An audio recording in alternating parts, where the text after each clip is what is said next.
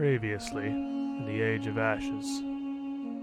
Determined to stand against not only me, but the House Thrune of Cheliax, the former heroes of Breachill came to my office.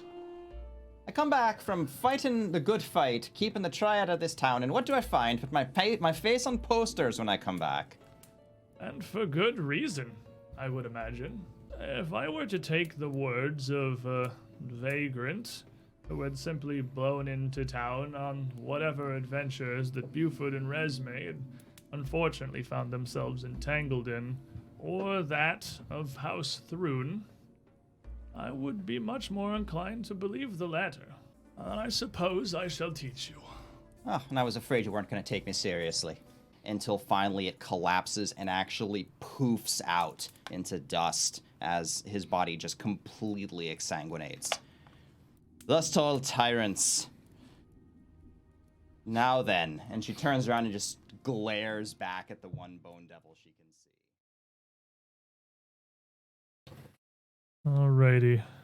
So, as we had left off our adventures here last week, Boy, was there egg on our faces.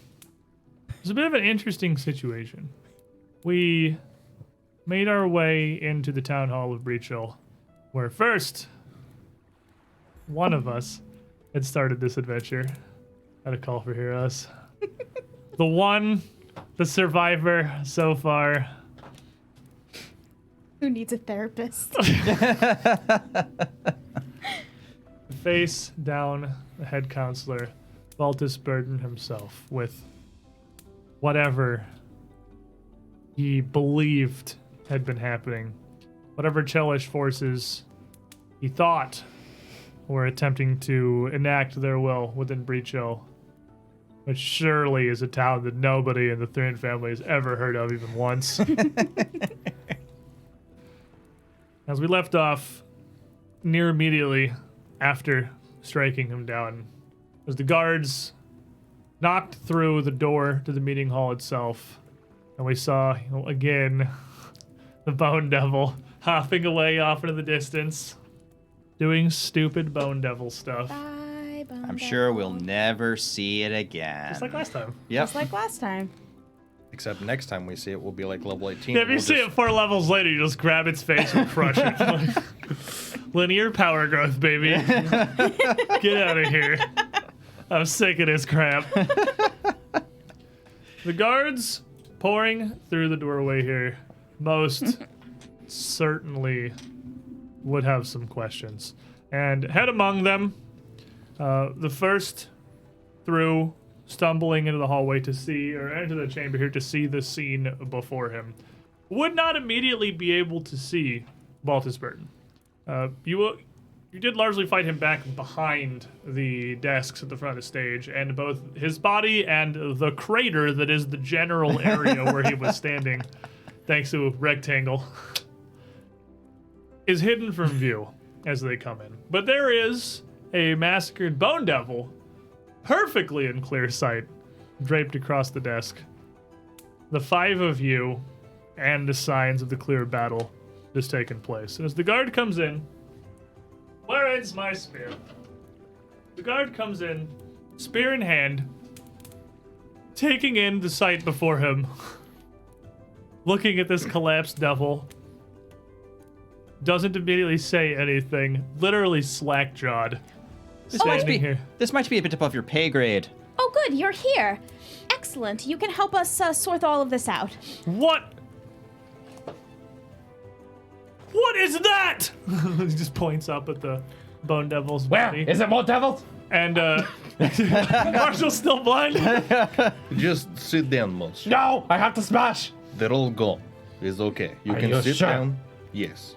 Unless any of them are invisible Wait. and hiding still about. And you No, see, don't you say see a that. couple of the guards outside rush off to the north end of town, past Monument Circle, where you'd seen another one of the Bone Devils hopping from roof to roof in the distance before casting another spell and vanishing, to the screams of the scattered townsfolk around the area. But the guard on the ground pulls himself up as he just burrowed through the door and face planted.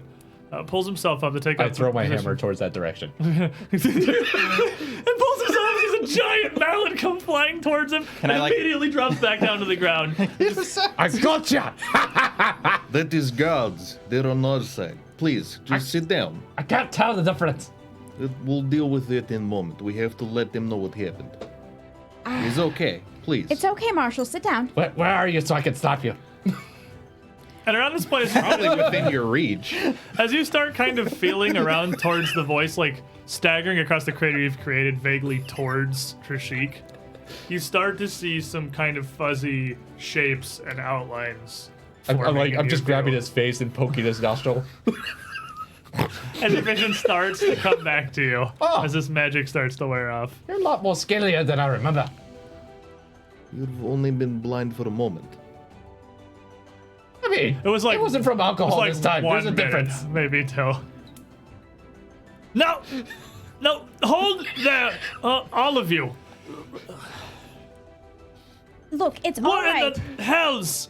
No, hell, that is exactly what has happened here.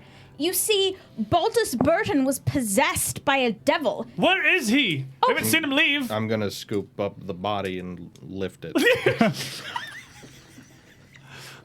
And he immediately readjusts, grabbing his spear. Whoa! A moment. Where is it? Where did you put it? Ah, here Get it up, is. Pandarus! Yes. Up you go. Take evidence. I believe you might be to be looking at this. I'm And they're gonna. like at the you guys are yelling at each other over like a 20, 30 foot couple, like Oh. basically half an auditorium, several rows of seats here. I'll close the distance. I'm carrying the letter from Cheliak's house Thrune that Balton showed me. Perhaps you better go get the council. That is the council. No. The real council. The one he disbanded that he should not have. Doing so illegally. Chelish houses trying to interfere with our sovereignty, you might be saying. I hope he can read. It's quite likely. While this is going on, Marshall's like, "Where's my hammer?" Ah, there it is. He just nonchalantly walks up to the wall where it's embedded in, and just pulls it out. Shower of splinters. Can you read that? What was a Hold on. tax lady's name again? That was Greta Gardenia. Roshin. Oh, I didn't know if you actually forgot. I was looking at the paper. If I I'm in was the looking at accent, then you know Fair what enough. Roshin's saying. It's Lady Gardenia. Gardenia. All right. I've met her before. All right, so I know this is a Chelish seal. This. Would you like me to read it to you? Right, I'll be getting Lady Gardenia. She'd be able to go ahead and do this. Hold on. I can get through this.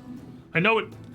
Some of these words. Well, you just puzzle it out. I'm gonna sit. Gonna walk over and just like get up in his face and just start reading it out loud. Would He'll you just, like as me? you start reading, he'll like lower it down. For you to see. So, Would you like me to go get Lady? I could be back in just a moment. Yeah, not a problem. I'm gonna cast sending. okay. I was gonna send me. I cast sending. I send Trishik. I cast lizard. Lady Gardenia, the Councillor Burton has been in league with devils, but we've managed to secure the town hall. Could you approach, please? And you hear a quick thought back. Approach the town hall? Of course, I'll be there shortly. This related to the screaming. Can't answer her back with another fifth level spell Doesn't slot. know that. You keep casting sending to people who don't know anything about the spell sending. But it It's- works. They're aware they can reply, because that's part of the magic. And that's about all they get. But assuming she is probably on her way, you're left with a guard here that Raz at this point has read most of the missive too. And the guard has his spear up as he's down as Raz is dictating this this message. Right. So Cheliax is that's a foreign power. It's over there. That's like west of here, I think, right? Like southwest. Let us probably- go with that. Yes. That sounds about right. The point being, All right. this I letter. don't think it's right. This might not be I right. think it's northwest. It could be. I'm not really sure. Directions are irrelevant. The point is, letter is fake, and Burton was going to sell out town to slavers. And Pandarus, who's gathered over at this point. That don't look fake to me. This looks like an official seal. This looks like it's all It proper and looks- order. Grab the paper away, and I start scrounging around on all my. Oh, don't scraps. tear it up. Please don't tear it I up. start scrounging around on all my scraps. I actually want to see. Can I make a check to see if I can point out any forgeries? Absolutely. Let me reference my Paizo GM screen real quick, because I want to say that's society. It is society, yes. It is society. It's like was about to say I have the skill action list right here. This GM screen is super nice, and I really appreciate it. Okay. I have a plus 22 to society. Okie dokie. You sure you don't like it because of like all the pictures of dead PCs on the back of They it? did really like putting dead PCs on this, yeah. I guess they just like it is supposed to be a secret check, but all you're not trying to like decipher anything. You're just trying to determine if it is real or not. So like, Yeah, I'm searching around for Roll scraps and away. actual anything from Cheliax. That's a 28, and you know what? As I'm going through this, King Mataz actually just ferrets around in another pocket and pulls out another scrap of paper. It has a little tiny. shiny- Mataz's hero If you point. would like, I am capable of assisting. And if you want to assist, If you want to assist, roll the assist first. Glad DC 20. I see a 1. That isn't a hard one, so I do not assist. Well, you do. And You do I your best, make it but worse. trying to help out here with Raz deciphering this, you are actually going to give him a -1 to his check. As looking over at this, which you assume to be fake, looking at the seal and the handwriting and the parchment, you're pretty familiar with forgeries. This actually looks. You changed your mind, perhaps. Hey, it's 15. Much better. 15, so 36 after -1, right? Math. So with a 36, as you look through this, it is, if it is a forgery, which you cannot 100% be certain, it is a very well-made one. One that is not, that goes much further than a person sitting in an office with an inkwell and a sheet of parchment. This would have had to have been manipulated magically. To forge such a hand, the House Thrune seal and the signature of one of the, admittedly, of some more minor baroner count of the Thrune family, does actually perfectly match something that you have. But there's more to the paper than, well, the paper itself and the ink that's on it. And the way the message is conveyed, the way that the thoughts are passed through, the sentences are structured even, doesn't quite match up with an official Chellish missive. It's very slight, and again, uncertain, but you don't think this is legitimate. Oh wow. It looks official. It's very good forgery. Yes. But in official missives, they don't use conjectures like this, and this word is almost rarely ever used except in a certain situation, which is not applied to this particular. It's more than likely a fake. I don't think it's real at all. See, it's right here, and he just pulls up. And that word, what word is that? I'm gonna point at that word right there. Right, but like I'm gonna use Wit- detect magic on it. Witheen. It's very scrolly script, isn't it? Within. Is Whereas, within? It could be. There's within. more loops than a bowl of cereal. But it may want to take a look at it. Maybe we can make it out. I'm gonna try to detect magic on it to see if the seal was magically put on there. okay, and looking over that, the seal itself looks to be mundane. There is no lingering magical effect on the paper. Whatever, if it was supplemented with magical forgery, it didn't leave any signature, as of course that would sort of defeat the purpose of putting this much effort into a forgery. We just had like a persistent magical effect on it. Dispel! It's just a crayon drawing. Hey, you never know. All right, look, and Pandarus kind of like is adjusting his grip on his spear here. Where he just has the butt in the ground. I don't really know what to make of this all. A letter from from wherever you said this was from, and these giant skeleton bat monster things. Devils, yes, they're devils. That's a devil? It Yes. was. I thought devils was like big red people with horns. Oh, no, darling. Not entirely, not necessarily. Well, sometimes. Pandarus, how long have you known me? A while. Pandarus, do you really think I would do anything to hurt Breachill? I don't, but I would never even hurt Counselor Burton, but that was not him. well, it sure looks like him. I know, it looked He like kind of him. tries to peer over the desk a bit, but from the floor of the base of the stage, he's quite tall enough. He's like 5'7", maybe. You can't see over the stand. You But can definitely see the giant hammer devastation around the general Practically area. a halfling. it is him physically, but what was done to him made him not him anymore. Not where it counts. Not here. His chest?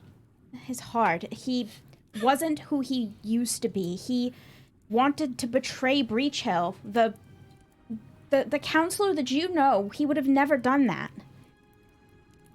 Well, yeah, I mean, normally this would be the situation where I would defer to the Counsel. counselor. And at this point, you hear some footsteps coming in across the threshold as Miss Gardania herself joins the scene. And as she hurries in, dressed as plainly as she had been prior. Definitely not all done up like this in her full counselor garb. But she comes in, sees the guards kind of standing around. Pander is talking to Resme. The guard's still leaned over, asking for Raz to explain words to him in this Chelish script here. Rasheen seemingly equally puzzled, but Raz's school is in session here. This word means to come home. And she looks around. Oh, counselor, I'm so glad you're here. Hi. Where's Burton? Sit down. I believe over I'm there. still like propping him Bit up over against there. the. Are you still holding him up? Yeah. Oh, I thought you put him back down after No. you showed the guards. Oh, so she would. Where's Burton? Then look up and see him like kind of slumped against her cheek, bloodied, clearly dead. I'm sorry. We didn't want to kill him, but it wasn't what the situation evolved. She keeps walking as you talk around past you and the guards and up onto the stage towards around the desks to I imagine where Marshall and Trishik are back behind it. He was under some sort of dark influence. He was involved in things that he should not have been. I believe it is more likely that he's just been betraying us. It is likely he got powers from people he did a bit of underestimating and thought he could seal out the entire town. He did actually go and try to summon some devils. Got a couple of them. We managed to get just one, but the other one made it outside. Imagine it probably caused a bit of a panic. I prefer to think of it that his mind was altered, but I suppose it could have been his own will. Power I- can influence. I don't truly know what exactly to make of this, but I do know that the dream house would have my head. We would just simply discuss him as if you weren't here before nothing was done with this. Can you... And she looks to Marshall and Trishik. Can you bear him to the cemetery at least? Just toss him over my shoulder and start walking. And she just kind of winces. Marshall falls. Appreciate. Maybe Sound unusual. maybe you should put something over that. Or put him in a sack. Don't call him that, and don't put him in a sack. Would you like me to put him in a bag? No, just carry him nicely. You hold his This feet. You is hold his... nicely. Oh my god. I'm not dragging him. I love you both so much, but you have so much to learn about decorum. Look, you carry his head, you carry his feet, and we will walk him ceremoniously. She'll take off her robe, her cloak, and I she'll mean- cover him nicely. We could do it a dwarvish tradition. Stop! Please don't tell me you pickle him in a barrel of ale. No, that's insulting. Put them in a minecart and then light it on fire. Oh, actually, it'd make quite a sight, wouldn't it? You imagine you light a fire and you push the minecart, and you get to watch the fire and embers come up as it rolls down into the mine. It's a beautiful ceremony, so you've been. Oh, I'd like to. I don't think it would smell very nice. That's why you push the cart away from you. But you're in a mine. Can we The smoke all stays in the mine. shut up? Now, be quiet. So what would you like me to do with the body? I just told you. You hold his head, you hold his feet. We're going to walk him ceremoniously to the graveyard. This is a man that I have known since I was a teenager, so let's treat him with a little bit of respect. Is it a problem if I already called off his head? Just bring it with us. Marshall's pissed. So, the group of you. How old is Resume? She was 20. she was a teenager just last year. He's whispering this to Rasheen. She was a teenager just last year. A few weeks ago, actually. Okay. She's known her longer than I have. What I is guess. Rez? What are Ravbook lifespans like in Pathfinder? It's never very specific, but he's in his 30s. Oh, really? Okay. Yeah. So he's not like he's reached the ripe old age of 7 and is about ready to retire. No, that's when you're 8. Okay, makes sense. He's So- an elder rat. So with Resume's cloak draped over Burton's body and some direction to get Marshall and Drashik to carry this at least between them out of the town hall and around to the southern gate of Breachill, to where the town's very small little cemetery is located just right outside the gates. Miss Gardania follows you around to take him to the area and at least to lay his body down upon the grass in a clear spot, close to the entryway, close to the central walk, around where some of the few previous counselors of the town had been laid to rest. And again, Breachill is not so old, so there's only really been a few generations that have gone through here, and really it is a remarkably tiny little cemetery. There are no ornate mausoleums or garish massive statues. It is plain, largely almost unmarked graves with but a simple bit of worked stone or even carved and inscribed piece of wood would be laying on the spaces where burials had happened. As you take him and you lay him down, Greta immediately kneels down next to his body. I'll and kneel puts with her. her hands up together, bowing her head down, put her forehead on the points of her fingers. Silently, leading no prayer, but seemingly composing herself for a moment.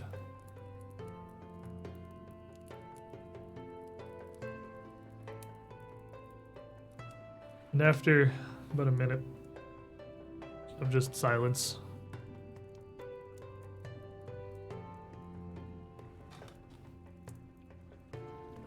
I wish it could have been another way. I do. But having seen the choices he made in the last few weeks, truth be told, I am not surprised it came to this. I'm so sorry you lost a childhood friend. I know what that is like. It is not the first time I've been faced with death, but it is certainly the first in such circumstances. I trust you and all of you that you have chosen to bring with you, that you handled this as you could. I swear we did. I would not have taken his No, life if I had a choice. I have no doubt, Esme. I don't. Counselor, I don't mean to put this on you immediately after you've suffered this loss, but we need to take care of things. We need to explain this in a way so that people will understand. Will you convene the old council? Bring them back? Of course. I suppose the best way to proceed is that we will, from here, gather the council, call a town meeting, perhaps to be held perhaps this star day, or even tomorrow. This cannot wait. And tomorrow is Oath Day, as perfect as any other. We can clear the hall. Make sure that there's no... We'll bring everyone in. We'll establish what we can, and we'll decide how best to go forward. But the council back together.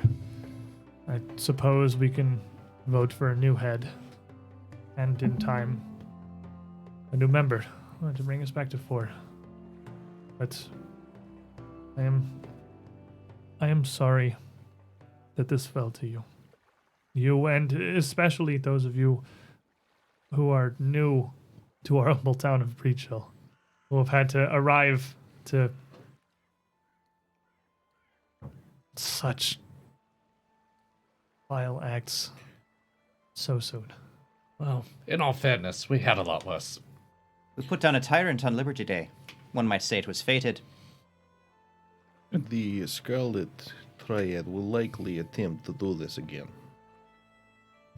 I feel it is time, perhaps, that Breachill learned of this triad. Other than our short conversation, that's the first I've heard of them, really. I think it's perhaps time that Breachill, especially the council, had a fuller understanding of the rings and their implications for the town, and that we put some measures in place to defend what is likely to become a pressure point in this world. Well, we are fortunate that you seem to have Citadel Altarion so well under control. You have taken your ownership of this castle of Hell Knight Hill in stride, and from what I've seen of the work, the teams that have spent weeks hauling stone and lumber up there, you've taken this stewardship quite seriously. And that Hell Knight of yours that you have hired to assist you, he is very Cute. We're talking over a dead body. We're talking over Baltus's dead body here. Yeah, she gets a little carried away for a sec. Graveyard. And then she kind of goes, yes, he's a very able gentleman. Sorry. On that note, Speaking of, perhaps would be good idea to go let them know what happened. Oh, all right. I've not seen them in a few days, in some time actually. Has he been staying up at the castle? Oh, that he has. We were occupied. I know we've struggled to handle the stewardship of the Citadel in the past and its connection to Breachill, but really I see no reason that the council need interfere in your affairs. Hell Knight Hill is miles from town and by no means within its jurisdiction. And besides, the town offers you no aid, it provides you no direct service. It's the most reasonable thing I've heard you say since we've met. Believe it or not, I stood against levying any kind of taxes against the new land or requiring any sort of proper administration within Breachill. It was Head Councillor Burton that insisted that it be handled as if it were a business of the town itself, to keep Breachill within Breachill, as he said. Fascinating. Well, we still do feel a great deal of loyalty to the town, so if there is something that we can do to help defend you or provide you with our resources, you know we will. Well, perhaps, if you wish, we could actually come to a bit of an agreement. Perhaps the Citadel's resources could be exchanged in trade, or perhaps agreements can be made, or however. don't forget about the beer. It's true. These are things we can freely discuss in coming time, once the council has been reconvened and this chapter of our town's history is as forgotten, hopefully, as old Layman Breachill himself. No, Lamon Breachill isn't forgotten at all. People still talk about him. Who's that? That's his statue over there. Yes, You probably could see it from here, yeah. Breachill's not particularly large. that is a Lord Lamon Breachton, who is most definitely a human. Most definitely a human. Says it right there on the plaque. It does. He was very insistent about it, I hear. He was the founder of Breachill, or Breachton Cell as it was known. some generations prior. Verified you. 23 All me. his reached in blue check Blue mark. check. Yeah, 23. Verified human. He took his 23 and me. Oh god.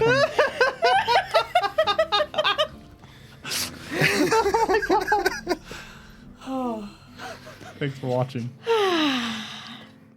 But Certified fresh. hold on. Let me return to the lady whose friend was just killed. Oh, But you are the only ones who saw what happened at the town hall. The guards surely are confused and won't know how to handle this, but I assume they had not already attempted to arrest you, that you can explain to them and figure out how to handle things going forward. It is better that you, Resme, lead things at the town hall for now.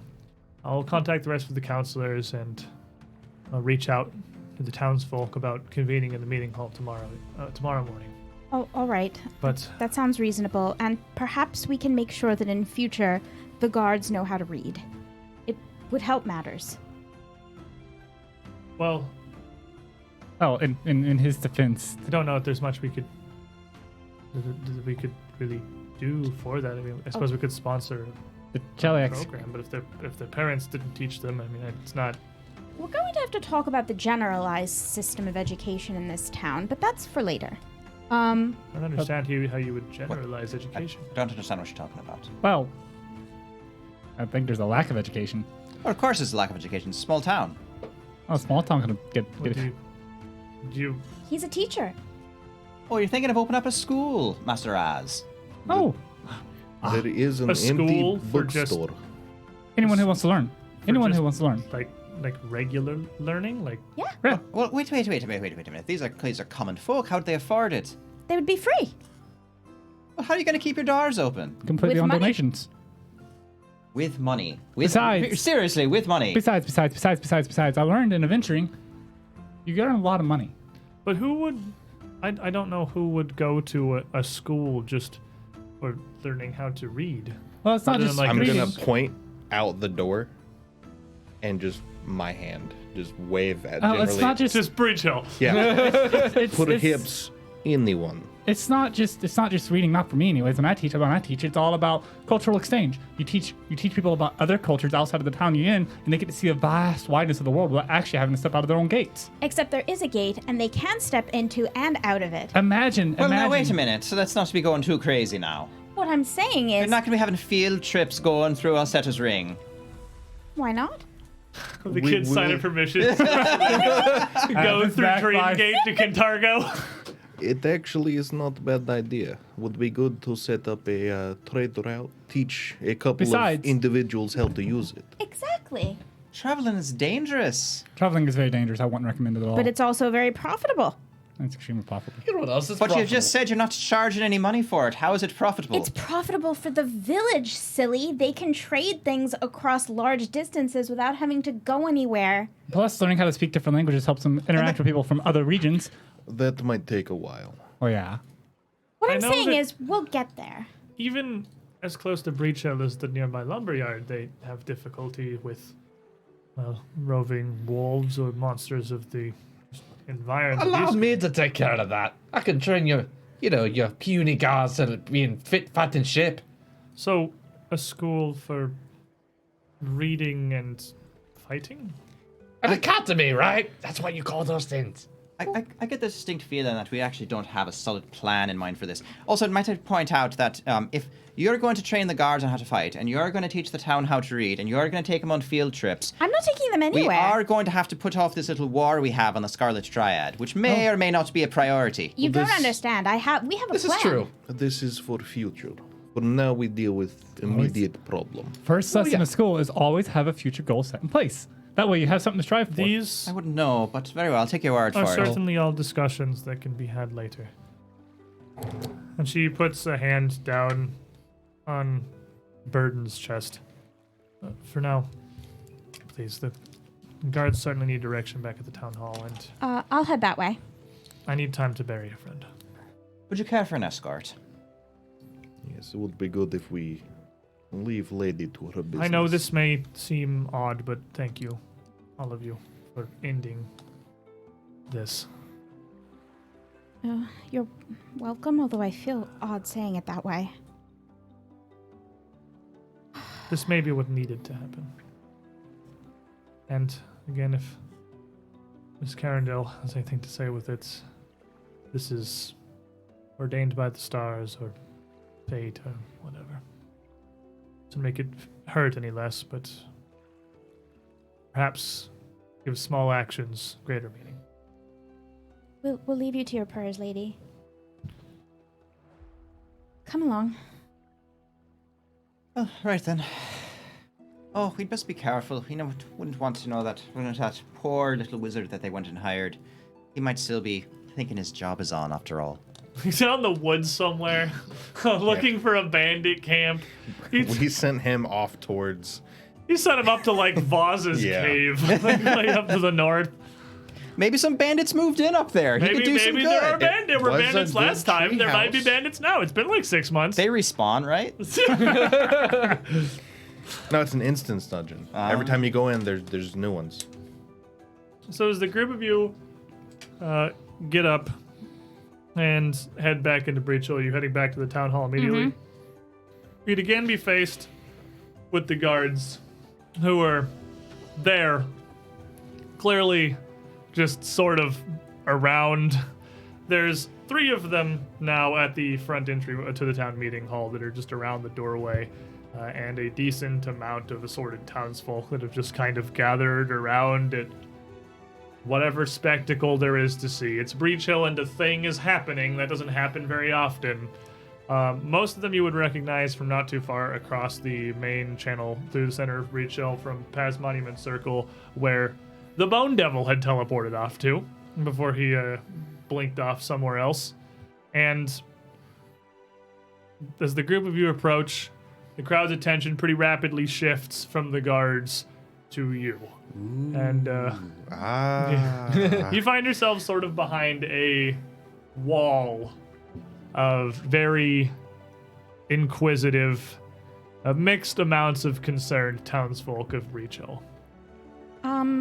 I'll try to calm them down and just let them know that the council, the now reinstituted council, will be calling a town hall tomorrow, and at that point everything will be explained. But for now, there are dangerous things inside, and they must be cleared out. Do you want to? We'd actually need some help moving them. There you go. Fair enough. You want to make me a diplomacy check, and Yeah. if someone else wants to aid before she does that, you are Yeah, I'll more than aid. welcome. Sure. Can multiple people aid? And I guess No, if you get a I think- They critical... won't stack, but like, yeah, if someone gets a crit, you'll get the 36. 36 crits. So what's your proficiency in diplomacy? Diplomacy, I'm trained. So it's still just a plus. Yeah, plus that's going one. to jail.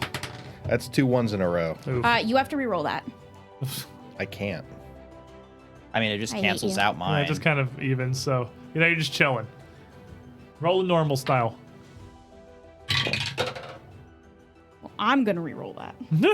Strange lizard man talking to the townsfolk kind of While they're freaks him doing out a that, little bit. I'm gonna go inside and move Thank the you, Elevec. remains of the. You could try devil, just like bone push through devil. this crowd here. Let's kind of get you because it's like forming. It is obstructive. Marshall doesn't care. Okay, you roll me athletics real quick. I am positive you're fine. With a very look spinny at it. die. Wow, Wow. look at it go! Look at at it it go! Oh, yeah. So okay. with Almost the won. athletics, that's a 23 plus 13. Yeah, you easily like the crowd does not even slow They're you. just staring at me. I'm like, Anyone who is in you your, move or I eat you. in your way at first, the waters are parted by Marshall's inexorable stride. That's gonna be a 41. With a 41, you have no real difficulty dealing with some of the concerns and convincing them that it's odd, but it's no major worry for now. And making your way for getting the group between the 2 of you, you can get the group of you back in the town hall fairly easily. Pandarus would follow you in. Spear still in hand, as he's still clearly a little bit on edge. So, Miss, and he just kind of falls in behind you as you're walking in the tunnel. Miss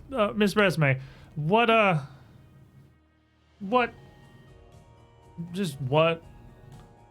I'll tell him exactly what happened. I will explain to him that we approached Counselor Burton and we wanted an explanation for why he had decided that we were suddenly his enemies, and he decided to make up all these lies about us.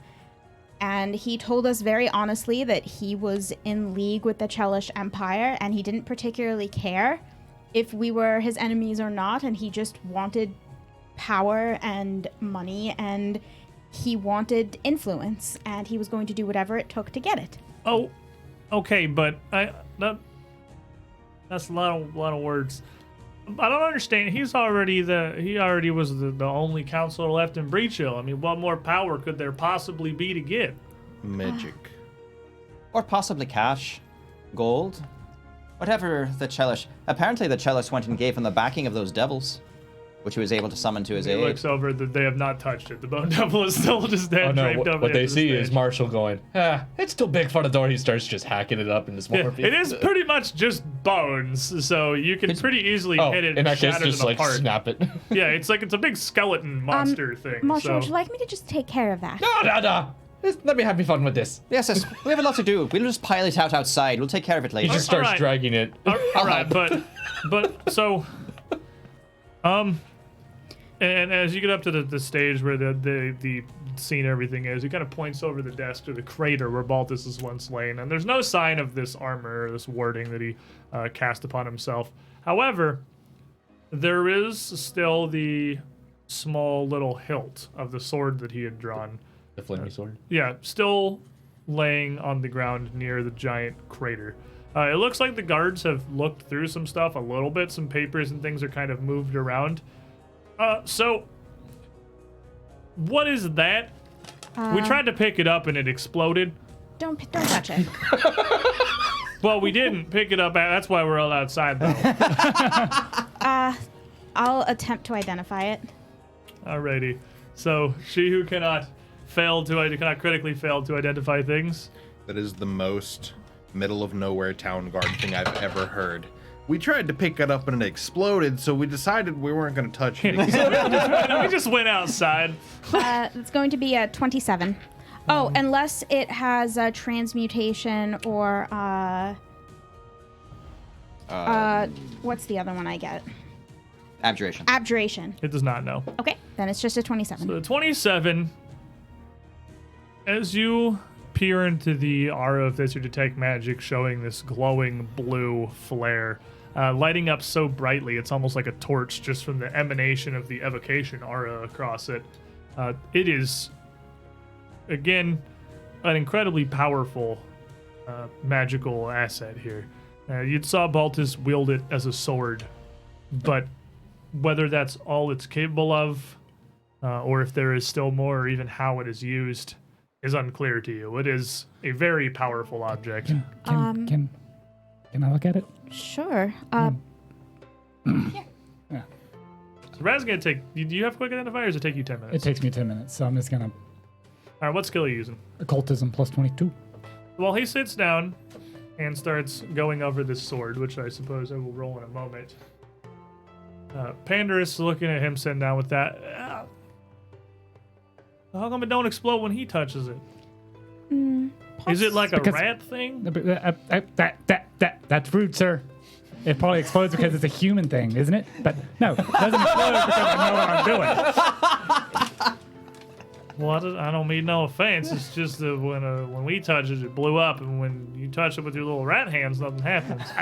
Well, that is also when Horizme touch did not go boom. Well, I imagine she's probably like magic to take. Yeah, it's got to touch it a little bit, but like, well, yeah, but she like knows. She's all Is he magic. Is he wearing a sword. hat or anything on him that can just fall off? He does not have a hat on. No, he's got like a little badge, I Gonna guess. mage hand the badge to fall off. I don't feel like that's necessary. So as this is going on, Marshall comes back in. He's like, "Hey guys, check out my hat." I'm wearing the skull. The thing as a hat. It actually fits him quite well. It is a large-sized skull, so it is going to be pretty huge on you. But yeah, I guess large-sized skull you could put over a medium-sized skull relatively well. And also, he takes the bat wings from the thing and he goes, "I am the knight." Ha! Let me find it real quick. Let me grab its art because I know its skull is kind of neat looking. I've got a big art thing for it. Don't ask why Marshall has the wings. He just has them because he can. Oh, Roisin would fly think it's now. hilarious. I dwarf. don't have it on this one. Oh, we don't? Because it is pretty cool looking. Previously. Yeah, I need it to is- send Did you have both. the token? that's what I'm looking for. You I had the monster I token, can right? token you, but I can't. Squid's Token should be organization. fun. Yeah. I can't get the full big art, just the token. Oh. Oh no, I do. I do. Hey. Hacker Man. He might actually be. Let me put it up here. There we go. Hey. Yeah. Big to fit in the sharing thing I can put on the actual stream. But hey, there's his skull. He even his skull is interesting because his bottom jaw is segmented into two pieces. Yeah, so it kind of like hangs out right here. And it also has like two outer, almost blade-like extensions of bone coming out from the joint. And the top of its skull has a bunch of almost spine-like thin protrusions sticking up that almost looks like a crown. Yeah, that makes a So- badass battle helm. That would actually be a freaking work, yeah. fantastic helmet. That would be a super cool So- looking helmet for sure. So Marshall's like, what do you think? Should I keep it? Oh, 100%. He has to It's keep it. like, if you look down, you see King. And he has the red beard coming off the bottom. Oh, it's perfect. I You will all- fashion actual straps so you can wear it. Yay! You all are so interesting. Who wants to keep the bat wings? I get the bat wings. Well, Hey, what help me do with the we- broken table. We'll throw that outside next. Okay. What do we do with all of? Well, Oh, we'll take care of it. I'm going to start looking through all of his stuff to see if I can figure out what he was on about. what Burton was on Yeah. about? What's all this then? What's all this then? What's all Step this in in? time. So you have plenty of time here, with Approximately 10 minutes. Approximately. yeah, well, while he's working on this, to look through a bunch of the things that he has, and you can find between his spell book or spell notes more than a book, with a bunch of focus on conjuration and the designs that he had pulled together from various tomes that he'd sourced to try and make this devil summoning circle. While I roll this here, you said 22 was your occultism? Yes. You can also roll me an Arcana check, Sure. and you can just roll it. You can't critically fail things.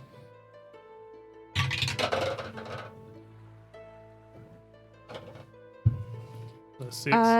It is, but I did forget before that I do have the Eye of the Wise, so it's an 8, so Yeah. 30. With a 30, you can tell a couple of things that are interesting about whatever he was after. This missive from Cheliax clearly drove a lot of his decisions, at least initially.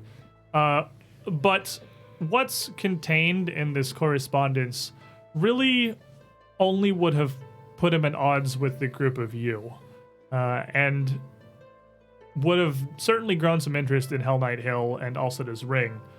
It wouldn't have led to anything about the dissolving of the council or restructuring. There's nothing about that in this Chelish contact. There's no reason you can find he would have done that. What you can find about that particular pursuit of power and everything actually seems, from his notes, to have been directed by the Bone Devil itself. Oh. Gotcha. You also note, with a 30 on your Arcana check, that everything he's put together here, he is clearly a pretty competent wizard, but while conjuration magics are something of a specialty and a focus of his, summoning something like that is complex. It's not a one-size-fits-all sort of spell. The summon that he tried to put together, he believed was not just to pull a Bone Devil from the depths of hell randomly, but to pull reinforcement. It's something that would have required a sender on the other end from Cheliax, or it wouldn't have functioned. So he never actually got anything sent to him. The Bone Devil just was like... Wait, there was a Bone Devil in the gate, so the Bone Devil couldn't leave because it didn't get banished, so it literally just came out, found Burton, went, this guy looks like an idiot. I bet I can manipulate him. From what you can put together from Burton's notes, it really does seem like though the Scarlet Triad message was a catalyst. Most of Breachill's woes recently have been the Bone Devil That's amazing. trying to exploit and take advantage of the situation. Wow. His How can I notes, exploit this man. his for money? his notes on this circle For as he's lulz. writing it together, were calling out for reinforcement of a devil from Cheliax. And he seems, according to his notes, that he was successful. Though what you can see, there's no way this could have worked if there wasn't a conjure on the other end to send him a devil. And yet, this Bone Devil literally walked out of Dreamgate. So I will give both of them a good laugh and tell them exactly what happened. You know, it's funny, I suppose. It's also a bit sad because that thing caused an awful lot of trouble and it's still out there. If it comes back to it Breachill, still got away. It still got away. He's the one that got away. It's kind of like when me and my cousin wrestled ourselves the first bear in the forest. That was a good time. Did the bear get away? Oh, no. It left lots of droppings all over my uncle's shoes. It was great. I suppose there's some parallels to be drawn. I really don't see them. Is a crappy situation. Oh, yeah. Rez, as you spend 10 minutes going over this small blade, you learn some interesting things. This small black handle is near scorched, the outside of it burned black. The handle itself crafted of actual brass. And it's a fairly ornately designed, though simplistic, little hilt and pommel for a sword. The magic inside this thing can be activated without any application of magic yourself. It's purely mechanical. It's actually just almost a flick that turns it on by anyone that knows how to do it, which extends this flaming blade, materializing it a few feet beyond the hilt itself into a pretty serviceable longsword. Though one crafted of fire, it's still solid. It still will swing, strike, and slash like a traditional blade while it is out of its case. And an incredibly powerful one at that. A +2 greater striking flaming longsword is about what this is going to swing as Whoa. for general comparison of power. The blade can be flicked again to increase the intensity of the flames, to cause it to shed enough light to illuminate a room, just from the flaming blade itself, rather, because otherwise the light really does not actually escape much further than the blade itself. Beyond that, with another simple mechanical motion and a command word that you're able to draw out of the blade, you can thrust forward with the blade, extended as 2 actions, to launch the flames forward to a target within around 30 feet or so, in a very similar fashion to a 7th level produce flame cantrip. Though it would use your melee attack modifier, as you are literally lashing it out of the blade. That is so freaking cool. As Wow. Raz is going over, he's already like produced numerous scraps of paper, and he's or sheet right here. Actually, image, diagram. Eh? Everything here. Blade, hilt. You do this, and it flicks flame. The roof's on fire. And that is not a once per day effect. You can flick that fireball as many times as you want. You basically have the produce flame cantrip at 7th level while you're wielding the sword. So This is perfect so this for you. this says this is a poem called "The Owl and the Pussycat." Oh. Wow. Good little story for kids. Oh yes, the diagram you've driven. Yes. Oh, I love the owl and the pussycat. What is a runcible spoon? Oh, don't even worry about it. It's lovely. Oh, a pea green boat. I do so love it. Oh, sorry. But no, As this- the diagram. I see what you're talking about. But As no. this goes on, I just look at Trishik. I'm like, oh, looks like they can use a hand. Holds up a hand from the Bone Devil to Trishik. How many pieces of that have you put in your pockets? Listen, I helped kill it, so I get to keep it. I mean, I'm not arguing with you. I'm just surprised, is all. Darling, he hasn't eaten it. Be grateful. You know, perhaps this is a good argument against But- teaching people how to read. He slaps you with the Bone Devil hand. He just grabs your hand down, opens it up, puts it closes it. I agree. That sword has your name all over it. I don't know Oh, about wait, that. actually, he takes it back, pulls out Hey. a piece of chalk, Roisin. Well, now wait a minute. You, I mean, you I have a big to use flaming it. axe. You Yeah. have a big flaming sword. It's very easy. Age of Ashes. We're doing it. Age of Produce Flame. What is this, the third produce flame casting item we found in the adventure? Wow, wow, wow. Yeah. See? Look, isn't it awesome? Now you have a cool flamey thing. Greater striking's a hell of a drug. It's- What's that, I mean, 3d8 it's pretty nice. plus d6 flaming just on the dice? It's pretty nice. And let's face it, he doesn't need to hit harder. No, You, my dear. yeah, need to those- hit It's a harder. one-handed Those weapon are too, not yeah. like runes you can take off it. That's just part of the enchanted blade. So you can't Yeah. like take the greater striking rune off of that and put it somewhere else. That's like a use it or you don't. But as part of Raz's assessments, obviously, as you can tell, this is a pretty powerful and rather expensive blade. Rather than have Expensive, this, you say? Yeah, rather than have this, while interesting, not super fitting item, you could just turn it into a pile of gold that becomes multiple greater striking runes. I don't know, someone with the resources of South Sartad might pay almost 1,500 gold for something like this. 1,500? Well, why don't you hold on to it until we have somebody with a lot of deep pockets and almost no sense of monetary self-preservation, and we'll go foist it off on them. It does not lose value by being wielded. So Good point. Drusik, the scale. Let's take the scale. Get the scale. he put it on this It's scale. very interesting, the scale. And this thing slides pretty heftily to one side, having to translate into platinum pieces, ending Oh up my. just a ways below the 300 mark.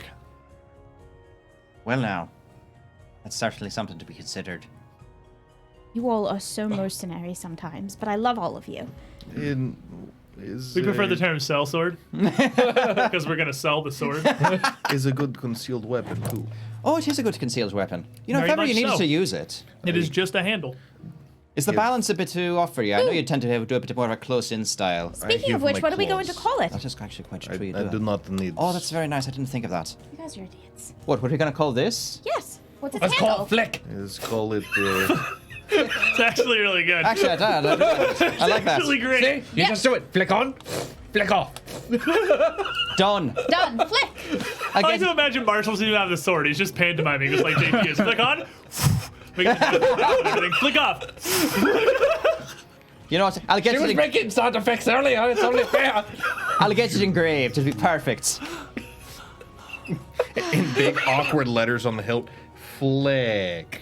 I don't have any crafting, so yeah, it's gonna look pretty You said awkward. Marshall to get it engraved. It just says FLEK. Flick. Hold on. Let's do a crafting check. Might as well. 24. Probably you looks could- reasonable. Yeah, you could engrave it pretty The well. letters are even even. The R's Look at backwards, that. but The you know. engraving ability is not what we're concerned with here. What? Make me a literacy check. Why Not the wait, skill of the why is engraving. the R in flick backwards? What? I thought it was Have you not noticed all of Marshall's handwriting skills? The R is always backwards. In flick? Yes. I thought it There's was no like. R. Oh, I you thought it was forgot like to a put the dwarven. line. You forgot to put the line on top of the K. Was it like a dwarven like?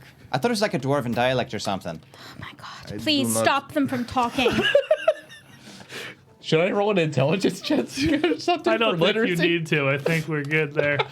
I will continue my way through trying to clean up this mess.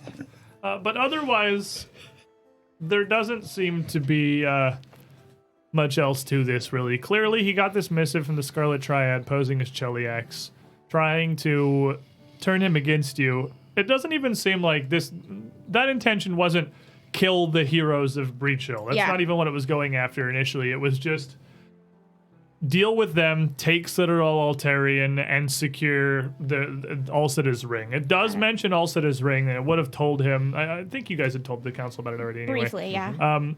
It would have got information on that, and everything afterwards that made it spiral so far was the cause of the Bone Devil. This missive, this Chelish note had actually arrived nearly over a month prior. And it was only in the last few weeks that Baltus had gone so far off of the rails under the influence of this devil. Okay. So I guess once we know that, I'll try to explain it to them, but otherwise I'm just going to leave it to the council to explain the next day, and I suppose we should go back to Citadel Altarion and find out what happened with that other Hell Knight and Tyrannus. That makes sense. We said he was going to wait up there for us, didn't he? Yeah, he did. He did. It is at this point rather early in the day, just a bit before noon. You could make the journey either out through the trails or through the tunnel coming out of the Pig's Ear up to Tunnel's Citadel fine. Altarion. We should take the tunnels. We don't have to run into what's his face on the way back. Oh, He'll be coming back to a brand new government. It'll be very confusing. Best it's gonna we have don't a meet him on really, the really roads. confusing day. Well, the group of you then would head on up to Citadel Altarion, making your way up to meet once more with Tyrannus and Lord Solimar. Somewhat early in the afternoon. This picture is so tiny. I gotta make it so big to fit this little window. There we go. But as you come back up, they would both be waiting in the antechamber behind the first main gate, where it looks like Solimar has quite literally been putting Tyrannus through some drills. And as the door opens, you see Tyrannus' eyes flick for a brief moment to the group of you at the door, but does not break his concentration as he continues standing well at attention. But Solimar turns to the group of you. Like Tyrannus. That's enough for now, then. You seem to have retained your skills quite well, Horde. Dismissed. Would immediately relax his position. Oh, thank you. Well, it has been a day. Yes. What has happened? I hate telling this story, but she'll tell the story again. As you catch him in up on things, and Tyrannus sort of nods along, having been familiar with, of course, who Breachton was, but not really knowing a whole lot more beyond that. Solimar would be the one seeming to listen more intently to this, nodding along, still in much of his plate, but again, just seeming free of the helmet. Very well. Seems that at least the advice I had given you was considered, and in the end, was the simplest and most direct course of action. So this head counselor Burton no longer poses a threat to you, us, or the people of Breachill.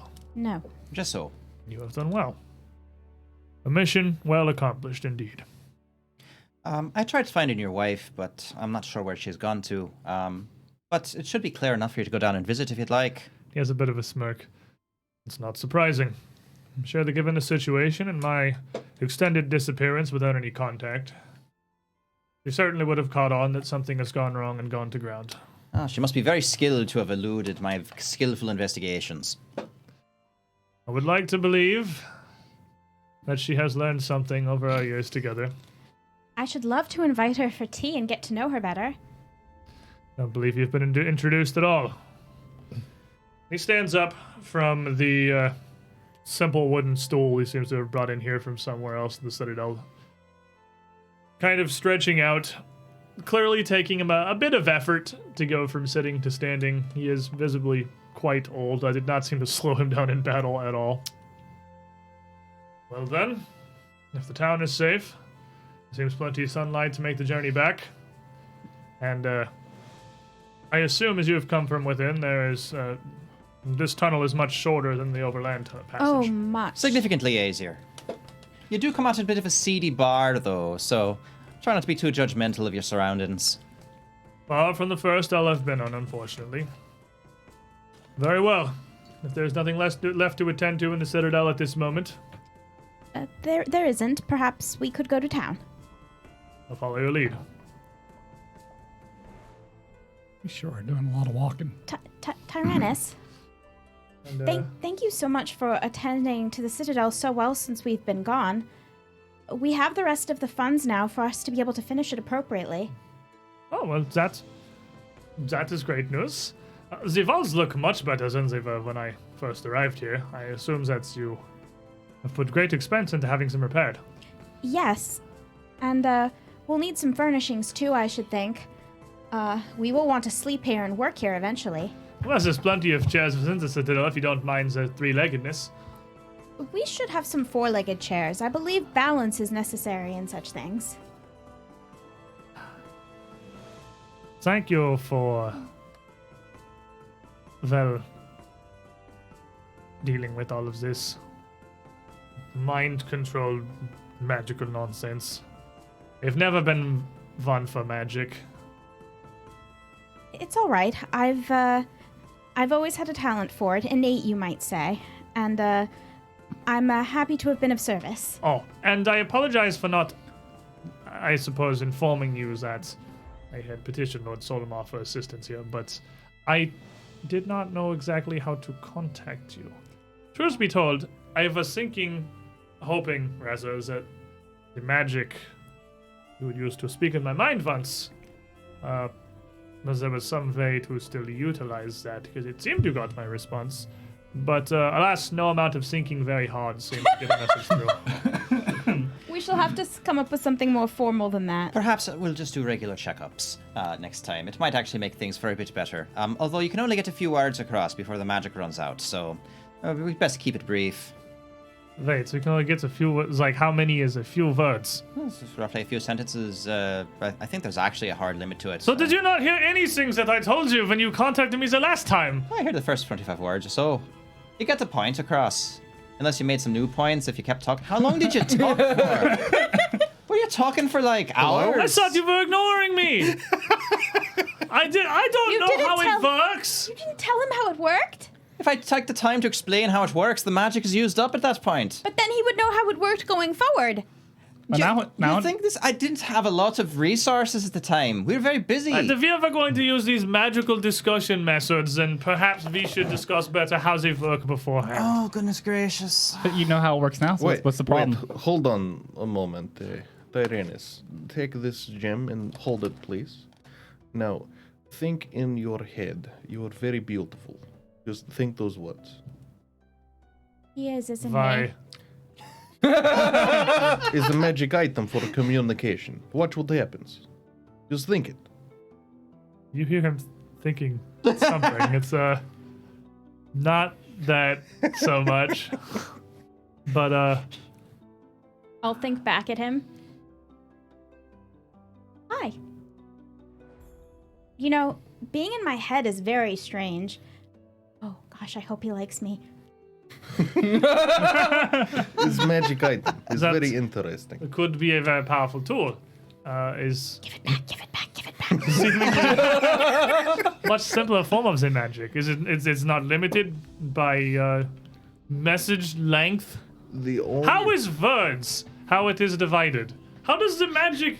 What if we were to use a different language, like Infernal, where words carry so just- much further meaning? I just go up to him and pat him on the shoulder, like, don't worry about that. Come on, let's just get the drink and get going. That's a long lecture. Are you sure you want to sit down for this one? No, I do not. That's probably smart. Let's pray for the best. I And never. who is this again? His name is Hi, Raz. I'm Raz. Raz. That's my name. So He's quite knowledgeable and capable. He actually was This is King Mataz. King Mataz. the one in charge. I'm King in Mataz charge. is Of his Raz. boss. I'm in charge. Lord- Enough to ask him. He's in charge of the rats. I'm not a rat. I'm not a rat. I get the feeling you're trying to define yourself out of actually having to be one of his subjects. Are you sulking again? I'm not a rat. He's not sulking, he's just sulky. They're close. Oh, I actually had thought he was saying that the whole time. Sulky. Yes, I know, you're sulking. You're sulky. You're sulky. You're sulky. I just You're take out my sul- drinking horn and hand it to Tyrannus. looks at Lord Solomar and looks back to you and Hey. just nods, shakes Hey. his head very slightly. Rasheen. Eh? Oh, let's do a thing. Oh, I'd like to be. You know she called you cute, right? That Lord Solomar.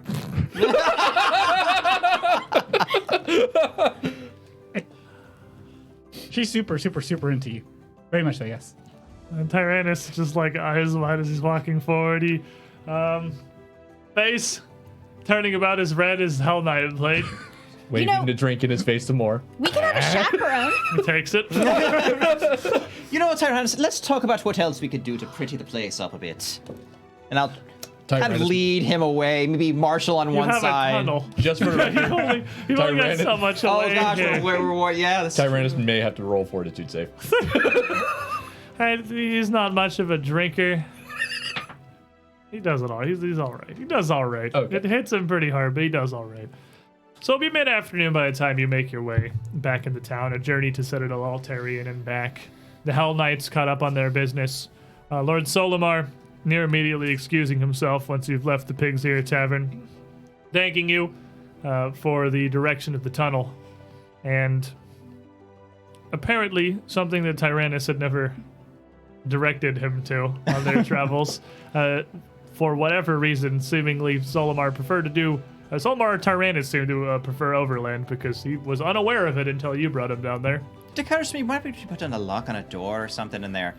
Just make it rather difficult in case agents do come into town and should discover the passage right past all of our walls and defenses. We should do that, indeed.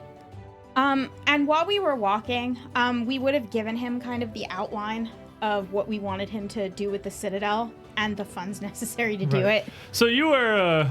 You're not even going to go back to Coldbrand. You're just going to be like, Tyrannus, you want to be a steward? Here's a sack of money. Yep. Get our castle fixed, Get our please. castle Thank fixed, you. please. Thank you. So, all right, fair enough. He's going to be able to pretty quickly determine through your contracts with Crag, it's going to take like 160 gold probably. Because Easy. you've repaired all the walls, you've repaired the stairs, you cleaned the place up. You need the battlements repaired, and you need the courtyard repaired. Mm-hmm. And then probably, like, if you want it furnished or whatnot, you have to find a woodworker for that. Yep. Tyrannus would have to find a Tyrannus. Delegation. Here's our problem. We have more Scarlet Triad to go deal with. I'm not doing this crap. You handle it for me. We'll find a Wayne, right? Stay at home Hell Knight. Would you please not? I'm trying to build upon this here. Anyway, Why? Fingers on the surface of my mind. These jokes are really against the grain. It gets worse the longer we go. Really whittling away at our patience. I've got a knot in my forehead now. I just feel So alone. a numbness inside me. that's how I It's feel. like the darkness growing. I'm pretty sure that's diarrhea. Could have been from dinner last night. There was a lot of it. So much meat.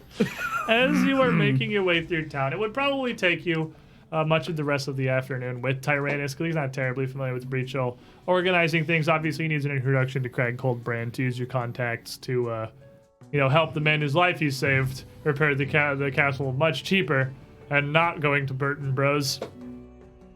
And at some point as you were leaving the local Wainwright or stonemason shop near the southern end of town, making your way back up in the town proper, probably having stopped by Breach Creek Lumber, which is very close to the southern wall, which is always a bit of an odd visit ever since Esphus, because he worked pretty closely with them on a lot of occasions, and it was kind of him and Buddy's go-to was helping Nareen run things there. But they have a carpenter on staff because Breach Creek Lumber attached to the side has a carpentry workshop run by a different person that could definitely help oversee the repair of what's repairable and the manufacture of what needs replaced as far as furniture is concerned within Citadel Altarion. But leaving that, you would hear a voice that you recognize. You and nobody else, maybe you a little, recognize calling out to you from the southern gate. Resume! Hi! I would recognize the accent, not the voice. You would turn and see Nikita, a pair of other Ekajai, and Renali all with her, carrying between them some fairly loaded packs and what appears to be a wagon that they hired at some point, just being pulled by a very plain looking ox. An open just cart, really, that they clearly have acquired somewhere along the way. Big smile on Nikita's You're in face. Breachill! You gave us the map? Of course! We're so happy to see you, though. You only apologize that it took us so long. Well, you had to travel We- halfway around the world. Well, that is half of the world. then the full expanse of the plains in any direction are near infinite as far as I am concerned. Oh, it's so good to see you. I am not as traveled as Xerxes, even though I have taken his role. This is what very convenient. And you still have Trishik, you're... But she kind of stops for a second. It is good to see the group of you. Are you going to introduce us, or should I just stand here staring at her? I'm so sorry. This is my best friend in the whole world, Rasheen. Oh my goodness. And this is Marshall. Yo. He is very strong, a little socially awkward, but with a big heart. And this is our new friend, Raz. Hey, I'm Raz. Raz. That's his boss, King Mataz. This is King Mataz. And I'm his boss. the three of you who don't recognize her in character, and the two of you who don't recognize her as the players, would see four very tall, even for an elf, very dark-skinned elves, clearly of an incredibly different culture than Breachill or Kintargo or anything else. The one in the front is smiling, talking with Resme like they're long friends, has a massive design of white face paint across her eyes, enhanced with small markings around her jawline, the top of her forehead, wearing a bunch of interesting, extravagant pieces of majoritively brass or even wooden jewelry that hang around her neck and on her shoulders in large layers, holding her hair back in a huge variety of woven braids. And she would hold both hands up, palms out to the group of you, and then turn them down in a quick gesture. I'm Nikita, envoy of the Leopard clan, I Raz told is you gonna about be- the her, Equijai remember? peoples. Oh, yes. We've heard stories. It is good to see you still carrying on, Resme. I don't really have a choice. It would be difficult for her to come across bad times with me guarding her. It's true. He's been indispensable. You have clearly continued to perform very well in Trishik. Unsurprising, I suppose, based on the stories of what happened back in the Mongi Expanse. Oh, it's gotten so much more complicated since then. But this is near perfect timing. We arrived almost exactly as we meant to, nearing the solstice. And it is good to see you all here. I had worried that when we arrived, you would be, well, off on some grand adventure somewhere else through these gates, wherever Hunter's Gate led on the far side. A couple more days, we probably would have been. Well, we've managed to almost get ourselves killed yet again, fighting this menace that sort of has a name now, but we're really still not sure who they are, the Scarlet Triad. They're less and less as we run into them. It's true, we have been killing Does an awful Nikita lot literally of them. know anything about the Scarlet Triad? I don't think so. I don't think she does No. at all. The I name? think she The name, has zero maybe? knowledge of the Scarlet Triad, yeah. Yeah. Because Because we barely she knew barely the even Scarlet understood, Triad. she didn't even really know their connection to Cinderclaws at this point. Like We she knows, didn't know their she knows, connection. Yeah, the last time you met, you didn't know. She knows nothing of the Scarlet Triad. We knew that there was a force backing the Cinder The Cinder Claws and we knew the name, of name. That's all she but knows. that's it. She would kind of let her in on the fact that this is way bigger than they thought and that they're apparently using these gates to try to do something. We quite haven't really figured it out yet, but we're getting there. Renali steps forward to this. So, I'll give Renali a big hug. to talk to you as well. So you have gone forward chasing those who brought the Cinder Claws to us. And, You have fought them. and yes, We are continuing to. they keep killing our friends, so we keep chasing them. They saved me from them. That we did. The Resme has saved many from Cinder Claws. Yes. Esme will blush. They saved me, and they seen Cade. Me as well. I'm gonna get really close and just hand up. Kind of like that. And she would just also stick. She wouldn't put her hand to her hand. She would just like do kind of the same thing that you're doing. And I'm Stick her gonna- hand towards you. Grab her hand. That means we're connected by resume. We're friends now. Friend of Resme is friend of mine. Yes. Oh, well, yes. Raz is wonderful, and Renali is the best tracker, and she knows more about the forest than anyone I've ever met in my entire life, actually. Renali turns to Nikita. You told me of man towns and building of stone, but so odd. And Have you talked to any of the people of Breachill yet? Nikita just kind of shakes her head. We had just made it through the gates. Your timing was perfect. You were first people we met other than guard. Oh, that's good. I'm sure But there's going to be some translation needed. it is impressive to see. It is the first time that, although the envoy of the Leopard clan is my title, this is the first since Xerxes that one of us has left, really. I have not seen these human settlements myself, and you have such... She's looking back at the gateway itself, and there's not like a physical gate you could close. It's just like a gap in the walls that is a guard kind of standing by who is definitely still watching. And as soon as they look your direction, he immediately turns back around like he's just doing his business. And you have these big piled stones around all of buildings in lieu of building off of the ground. Is it easier to stack so many rocks around the entirety of your village? Well, if men couldn't lift rocks and put them in places and show how strong they were, how in the world would we have any use for them? I mean, you could live in a mountain like me. The difference comes from a quality of lumber. There is much good Your stone. trees are so small. They are like children. But to make up for the difference, you put stone together. Gives you stable housing.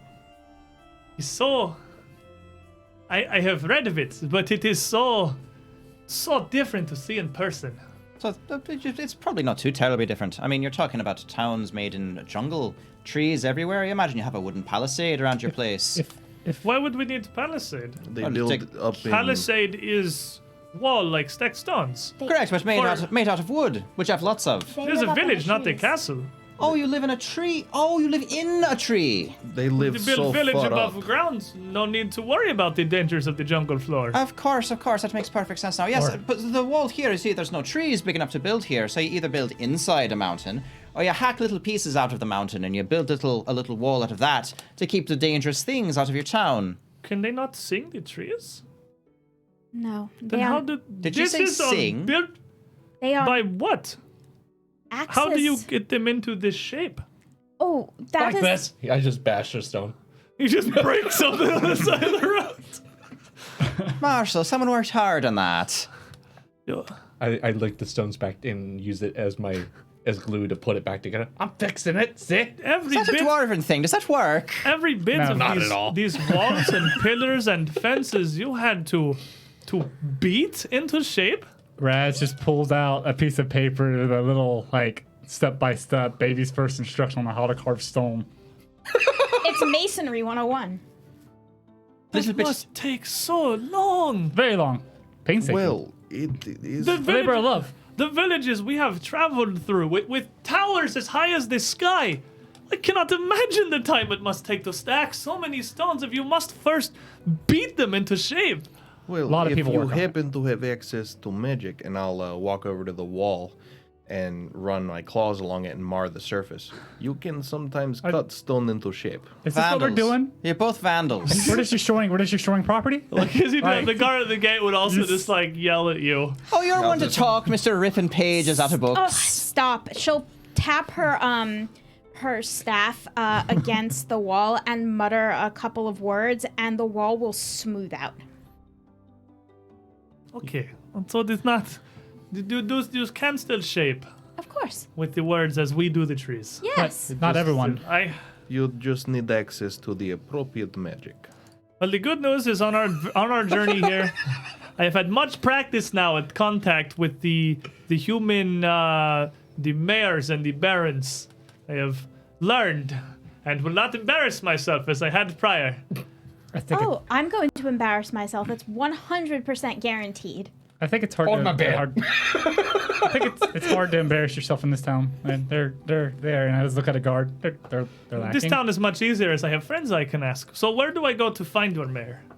To introduce. We just killed him, so we're going to have to put a graveyard. hold on that. About 6 feet down. There's a bit of a change of government. We had a bit of a disagreement over the fact that he was consorting with devils and channeling the power of evil. And trying to kill us. Or trying to kill you. And Renali just kind of grins and nods her head. He was Cinderclaw. He died. Exactly. I'm wearing his head as a hat. Wait, I thought it was... Very similar process. He was not a cinder. I thought he was- but I he thought he was a Scarlet Triad, effectively. I thought he was just lied to. Yes. Well, that too. But sometimes Tomato, tomato. there's not that much of a difference. Regardless of the case, there was a council in position, but he used power, kicked them out, took over the town by himself, put our faces on a wanted poster. Oh God, we've gotten so. Oh, this wanted poster. This Oh yes, that's Your what face is on wanted posters. Well, got resume. We're not wanted anymore, though. I mean, we're wanted like got that, but not machine. for money. I got a guy named Buddy. Mostly hat. He has a nice hat. I like his very hat. nice. I like my hat more, but his hat's nice It's too. like 70% hat in the picture. I never noticed. They got the disguise hat, so they would have never found Buddy anyway.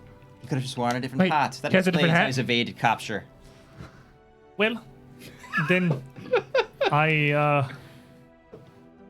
I suppose I do not know exactly how to proceed, perhaps. Oh, well, it's all right. We just put the council back in power. We know them all very well. In fact, you could kind of say that we're the de facto heads of Breachill at the moment, so why don't you come with us? Wait. I mean, in a way, it didn't actually work out to that little agreement where we're effectively an extra legal band. We can basically handle things that the Breachill law didn't really set out to take care of.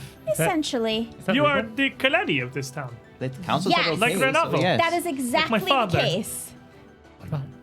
I don't know what that is, but if it involves smashing things, I'm okay with it. If you do want to speak to someone, Sometimes, my friend. Sometimes. tomorrow Like her. we'll have a government meeting. You will be able to meet them there. Well, then, if it is not too much to ask, we wanted to arrive before the solstice, and we managed, if only just. But we have no clear time for our returns. I have been sent out as an emissary, like you. Well, then, why don't we get you someplace to stay? We do have a big stone building. Would be very nice to show you. The only things the Twin Leopards wanted from me was to see the far end of Hunter's Gate, We will To show it see- to you. where this hill leads. It leads to Castle Altarion, which is where we're inviting you to stay. Castle. Well, the interior is not really in the best of shape. We can make it nice enough, and they can stay at an inn also if they like, but I do want to show them Castle Altarion. We do have magic house. That's right, we have the Gourd of Comfort! We could set it up in the courtyard. Yes, we're going to let you sleep in our magic melon. It's a gourd. Kind of like a melon. I have had much time to practice my Talden on the journey, but I do not understand. No There one- is some still that eludes me. It's a gourd that turns into a house. Don't worry, we'll show you when we get up there. There's It's that- far easier to show than it is to say. This is actually not at all anything that's lost in translation. We're literally talking about a piece of sort of fruit that turns into a house. It's a vegetable. It's this Renali, one. I know. Gord?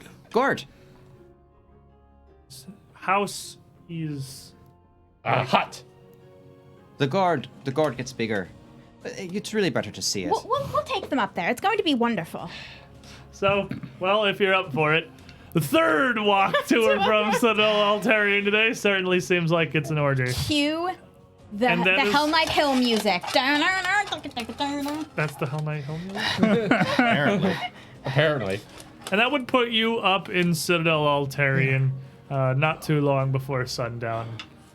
Now having traded out the pair of Hell Knights for a quartet of Ekajai, and well, a trio of Ekajai emissaries, and Renali, who seems to have just come along because she wanted to, who has Scooter. no particularly close affiliation to the Leopard clan, but is at least now decent friends with Nikita just after everything that had happened in your time in the Expanse. And so, demonstrating the glory of the Gourd home to your new friends. See, now they see that there was nothing lost in translation. There's actually nothing lost in translation. We could live in a fruit bowl. They are beyond astounded by Citadel Altarion. As many of the places they had passed through on their journey here, they would have seen some castles up on the hills, but this is the first opportunity any of them have ever been afforded to go inside one. And one of the Ekajai emissaries actually is clearly a bit afraid of the stacked cave, is the closest they can say, and seems to be very worried about a cave-in with something so precariously built of just stacked rocks. I'll try to explain to him in his own language so that he It's kind of much has easier in Mwangi. In You Mwangi. have a scale here. Nikita is pretty solid. She's pretty fluid. Renali knows some Taldane. The two emissaries mostly communicate through Nikita. I can literally climb on the ceiling and show them it's pretty stable.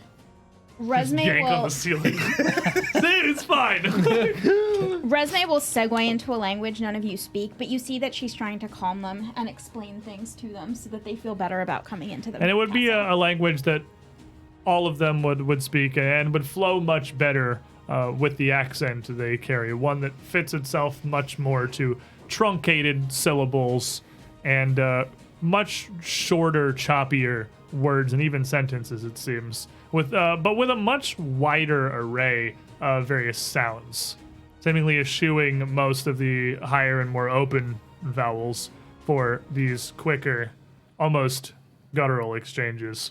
And Resme will kind of be a little bit choppy at first just because she hasn't thought in Mwangi in a while. It's been a minute since It's been a Mwangi. minute, so, but after a while, it'll smooth out and she'll start to speak more quickly and more fluently.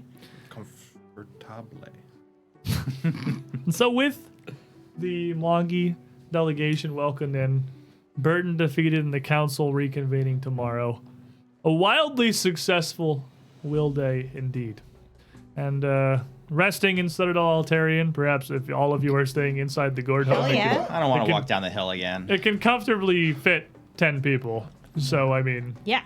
And Okay, we have the fine. bag of food, which has things in it that are not that are also delicious. you have the halfling knapsack, which is definitely not enough for like the 9-man party that has accrued in Citadel but that's fine. But Altarion we here. can cook with it. But I also have my infinite stock of potatoes. You do have a whole lot of potatoes. Also, I'm sure like both you and they would have brought plenty of food. Yeah. You would have to walk up to Altarion the traditional way because they have their cart That's fine. and they're relatively small oxen who everybody but Nikita seems to have some caution of. They give it a pretty wide berth. And Nikita even quite frequently relies on her leopard-headed staff when trying to get near or do anything with the oxen. It unsettles her a little bit as well. But we would awaken the following morning. Oath Day, the 4th. And what is the plan, party? We're going to the town hall meeting. Heading in back into town at the meeting? Probably good to actually have our names officially cleared and all that. That way we can stop confusing people. I mean, It also wouldn't be a bad idea to take our break before we get into anything else. Well, as you go back to the town hall meeting, I feel like it's not like you have a main role in this other than to be just there. listening. Yeah, Miss Gardani and the 2 remaining council members would all be together with Burton's spot at the table simply left empty. The far left end where he sat. They go almost left to right in a sort of descending hierarchy, though ostensibly the council all operates on a similar plane of power.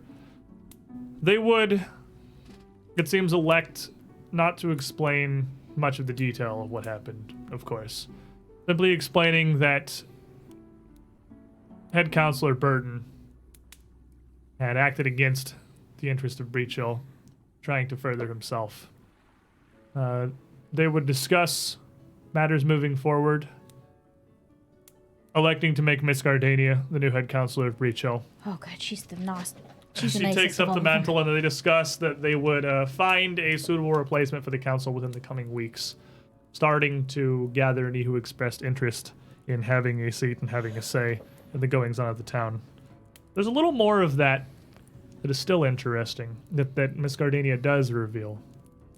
Going through trying to organize things as she could, having come back into Town Hall and access to Burton's office, his records and everything, trying to prepare everything to move forward with the new council.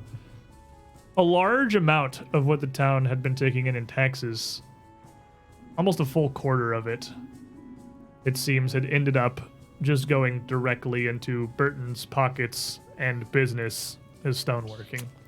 Much of this, seemingly over time, a more sizable share having been pulled away from any kind of payments and training and staffing for the town guard. I'm shocked. Would explain quite a few things. She asserts that taking the helm of Breachill, this, of course, will not continue. A coin brought into the council will be distributed back into the town, into the services as it can be. And that her main priority, as they get things back in order, is to renew the town's confidence in the council itself, in the call for heroes, and for everything. There's a very confused, somewhat upset looking Aram Matter, kind of sulking back in the corner during this meeting. But otherwise, it would seem that Breachill is on the path to not just working as it was, but functioning much better than it did previously without Baltus Burton screwing things up at the head. And indeed, with that, it's a solid time to take our midstream break before we go any further. Yes, I must pee. Because I believe there is not a ton left here in Breachill that you need to see through or intervene before we see what the Eye of the Wise brings us within Jewelgate. I want to go through the gate, Mom. So we're going to stand up, stretch our legs, pee Pray to desperately, Severin. apparently. Drink multiple yogurt shots. Pray And to we will- Severin. We will come back in a couple of minutes. I brought Maybe. Thank you all for being here, hanging out. Don't go too far.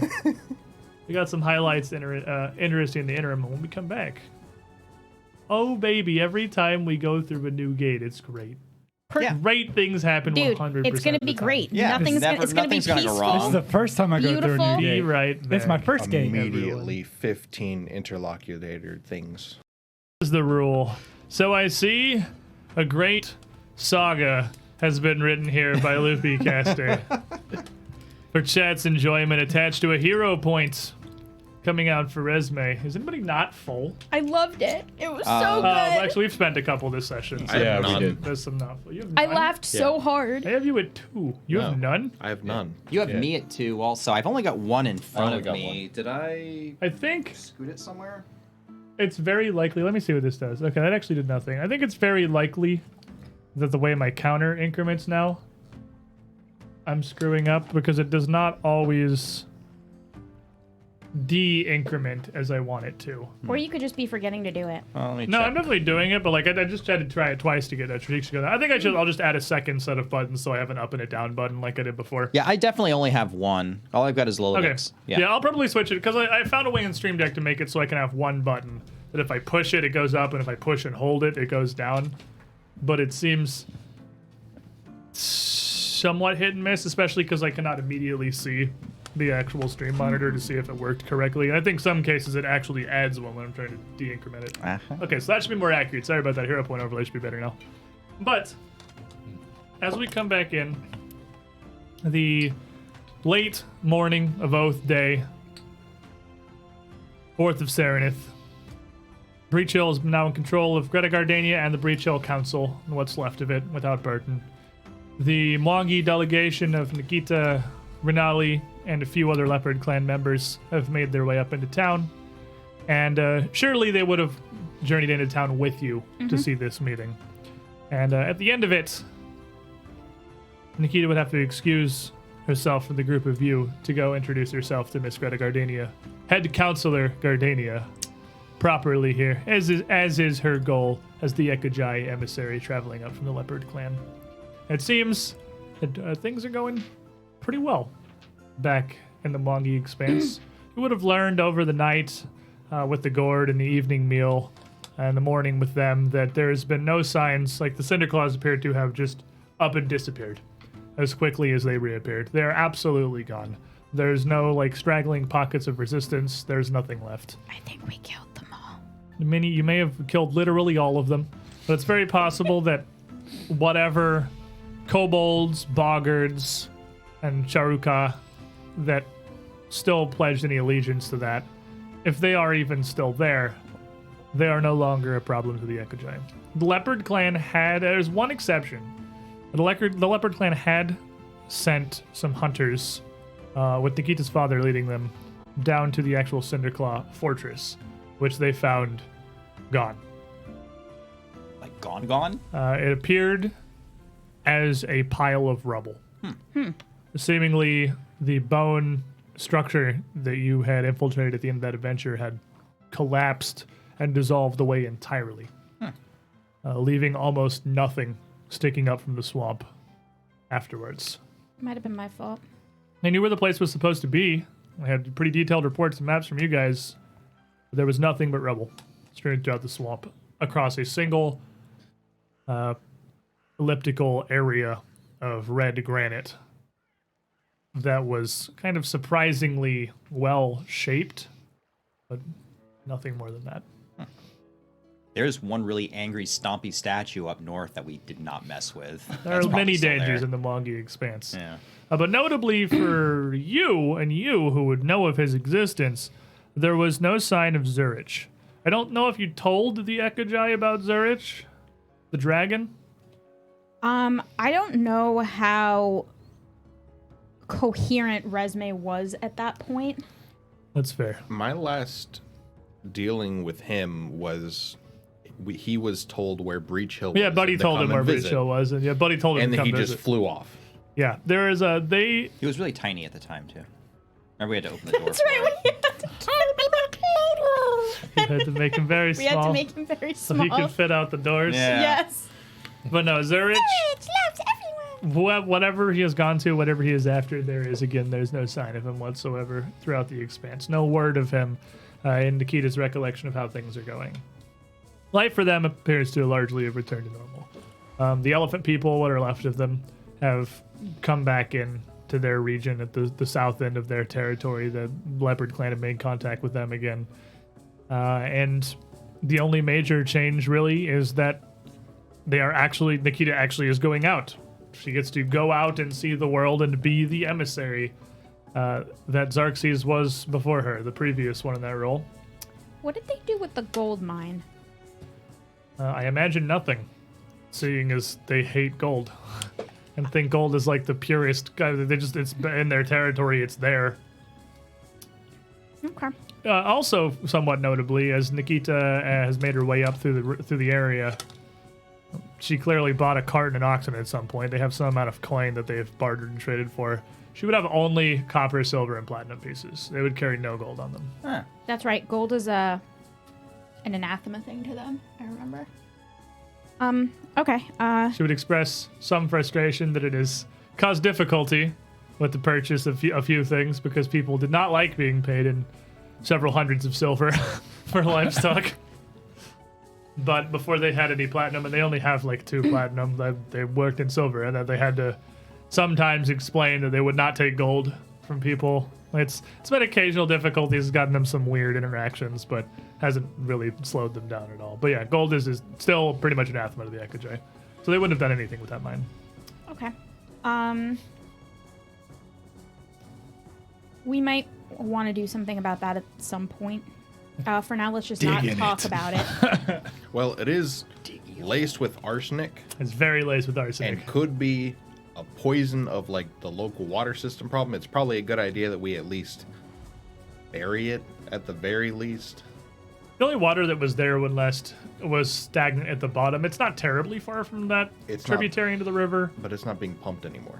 There's It no never one was. getting the water out. It wasn't being pumped in the first place. Does the water just go down into the rocks? That's not how Actually- quarries work. No, that's why there was a stagnant pool at the bottom of the Yeah. quarry. So if it just keeps building up, eventually all the arsenic-laced water is going to leak out. I mean, well, eventually, like, it's the Mwagi Expanse, like, between evaporation and rainforest. soaking into the ground, like, The water cycle. it's gonna do water stuff. We're learning stuff today, folks. Science time, kids. Maybe we can make some sort of deal, though. I understand that gold is of no use to you, and it is in fact anathema to you. But surely there are things from our part of the world that you might need or want. We have found many interesting things, actually. This, the cart and these oxen that we purchased just a few towns into our journey as we found the constant juggling of supplies somewhat challenging. These are very interesting. You have such wide pathways to be able to move such massive constructs. It is like a home that you can pull. Much like this gourd, I imagine. Very similar. But it does not get quite as small. But perhaps we have things... No. I know exactly. One thing that we had found. We have traded for a great many small trinkets and bits of interests. But you had... Cheese. It was not actually terribly far from where I was going. You had... It was... Oh, a delicious treat. It had sweetness, like... Chocolate? No, Bread? no, it was a yellow paste, very thick, spread on Butter. bread. But it was so sweet. They Butter? said that it was the excrement of insects, which is Honey? unbelievable. Honey. Was Honey. it honey? Is what they called it. Oh, it tasted like magic. Oh, well, honey is magic. You know, it's actually antiseptic. You can actually use it for wounds. It keeps out bacteria. Keeps out to watch now. Oh, germ theory. I don't know what that is exactly, but it also makes good cement. But yes, it's delicious. is fantastically delicious. You have that and so many different strange spreads that go on this crisp of the breads. There is the honey. There was a purple one that tasted of a very much more pungent fruit. I was told it was a jam. It was an alcohol, but without. They called it Grapes. grapes that Grape became jelly. wine.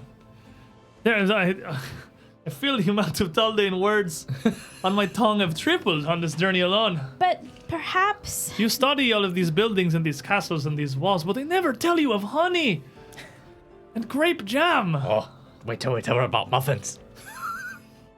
Muffins with butter. Warm muffins with butter. Harvest time can be a bountiful thing, but you have to have the harvest last until the next one. So you have to come up with all sorts of interesting ways to keep it all from going bad. We've come up with a lot of them over the years. It is a concept, this harvest and farm that I have read, where you take these fruits and these growths of plants in the ground and you manage them much like we do, but separate from their natural environment. Well, come to think of it, from what Resme has told me, the Mwangi jungle is a bounty that just grows all year round. And whenever you want something, you can just go gather it up, right? Well, we could, but gathering is much effort and much exploration. We do something similar to the farming of fruits and seeds that grow throughout the trees or on mosses that we have within our villages up in the branches. Akrivel had quite a large, I suppose it is a farm, both at the top and of all sorts of various mushrooms at the base. Well, perhaps you can think of things that are useful that we have and we can trade them for the gold since you don't have any use for it. In certain amounts. From here, as we have been to the Citadel now, once we see the far end of Hunter's Gate, I wish to see this ring. you Yes, told us. let us take you down. And you could quite easily do that. Bring her down below, down the stairs of the courtyard to Alcida's ring itself. The stairs now leading directly into this massive open chamber with these 5.5 gates that are still standing within here, one mostly obliterated. from the one across from Hunter's Gate that had been obliterated when the Chiruka had first come through, kind of spurring all of this. And as they look through all of it, Nikita, having never seen this before, is obviously just completely full of wonder. Renali nods. Clearly, obvious. First of all, she's seen this before. And second of all, she does not have the best memories of this place. But she gestures to it. And then Nikita and Wangi says, it's exactly what I told you it would be. There's a circle of blank stones and statues. When the Chiruka first came when I followed them. Do you have the other key?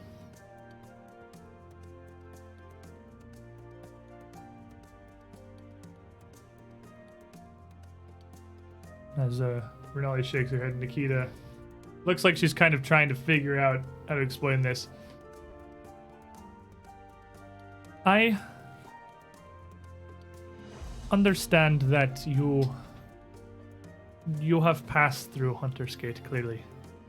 The two of you arrived near Akrivel, journeying through this portal. And two of you returned much the same. But the Leopard clan only knows this gateway, and perhaps even this whole ring, as the prison of the darkness. Ah, I It understand. is something that, even seeing you walk its path, I will not risk. I understand. None of my people will. Well, this is it. The key is back in Ockerville. The twin leopards watch over it. It is safe. Good. But I never intended to make our way home through here. Simply to see it and begin the long trek ourselves overland. And to see more of the world outside the expanse. To see more of the world outside Ekujai lands. Well, it was amazing seeing you, and I hope I get to see you again soon. Well, this is my, you have a word for it. My career? Oh, your job, yes. This is what I do. What I should have been doing for years. But it is good. It is good to travel, to get to see and not just to read of all these places. It is good to see friends again and to make new ones. New friends are nice. Very nice. It's a pleasure to meet you. It's good to finally put a face to all the stories. Aye. And next time we hang out, I'll show you how to make a special brandy. I do not know a brandy. It's alcohol. Oh, like beer. Oh, much sweeter and much more defying. Keeps a lot longer too. Bit of We more of a tried. kick. We tried. They had a wine or a beer, but they made it with the honey. Well, Oh. mead. Mead. Oh, he starts drooling at the thought of mead. I dared not drink much of it. I do not know, You what get- my father would say. You'll get quite sick. My journey was not one of drunkenness. That is not why I've been sent here. It's far from the palm wines we have back home, and something I am sure smelled much stronger. Some of the things you drink, they smell like of oil. Yes. It gets very cold, you understand. We do enjoy Does that help? poisoning ourselves. It does. It keeps the cold at bay. Actually, surprisingly, it makes you colder. No, that's not true at all. No. It makes you feel warmer, but it makes you colder. I don't understand what you're talking about. Of course you don't. But that's why I love you. I beg to differ. I'm with Marshall on this one. You don't know. You need to drink a bit more, Resme. Then you'll understand how it works. I mean, he catches on fire when he drinks. Yep. He also grows bigger. You see? It He gets warmer. Have good point. Is not easy to be cold when on fire. You know I'm right! Problem solved. Wait, But They not fire is a good point. It's not hard to argue with it. do they not have bees in Longi? No, No? we don't. We have many insects, but none that produce anything near this useful, Oh. save for the spiders and their silk. Bees make honey. Yes. Bees make honey. Not wasps. I heard someone tell me once wasps made honey. They're wrong. What is wasp? It's like a bee, except way, way, way, way, way hungrier. And I point at a random citizen. If that is a normal You're in citizen, Alcida's ring. or we're on citizen, I'll point. So you at, just point. I point at Raz. I point at Raz. And I point at that. This is a normal rat. All right. All right. I've seen them in the taverns. Yes, I am. They like that. They like to drink too. Yes, If that is normal rat, you are wasp. I am wasp. Angrier than normal rat. You're not very Much- angry. You're not Much describing larger. this very well Are at you all. angrier than a normal rat?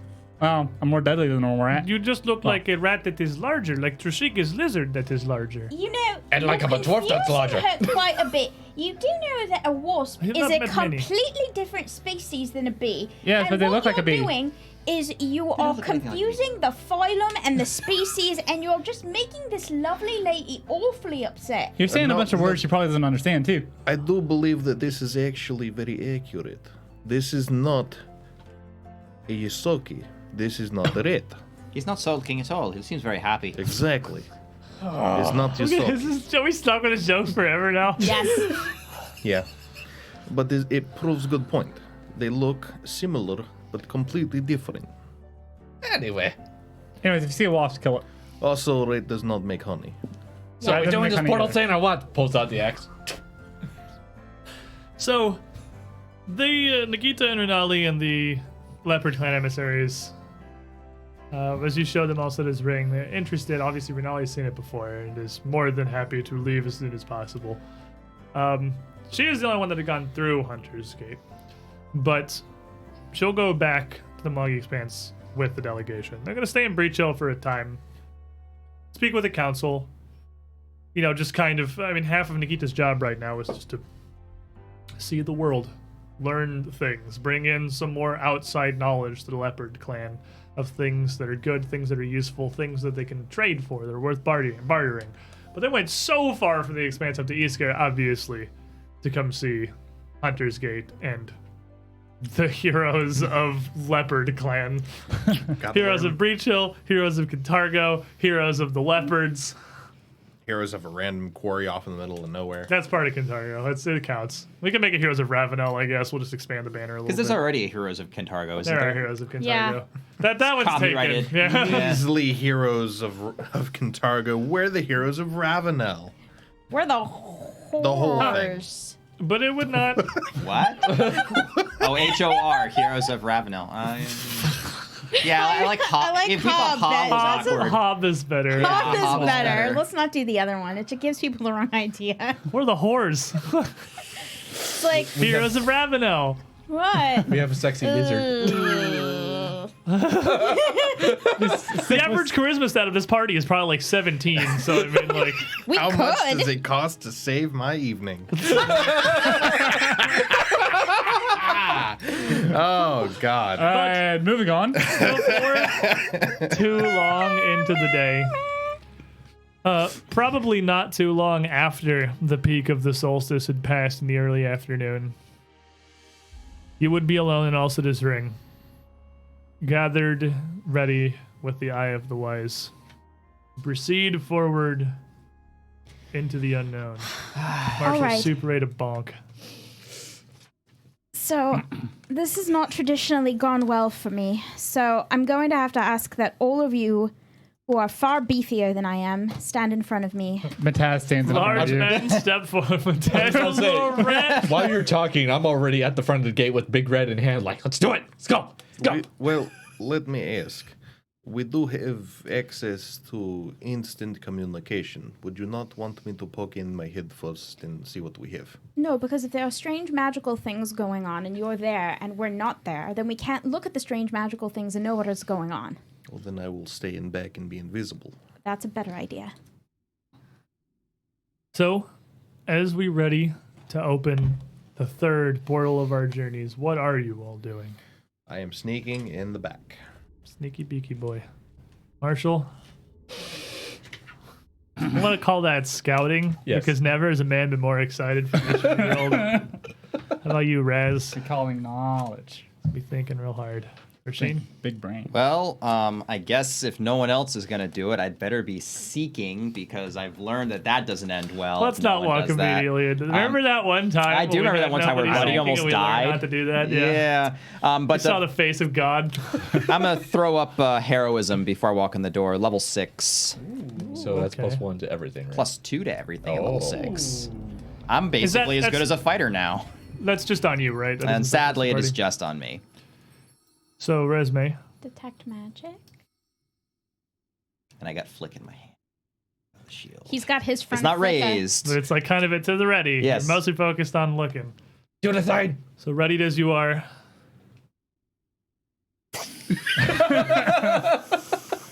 I cast baby fireball. I imagine it's like a butane torch. Like, It's silent.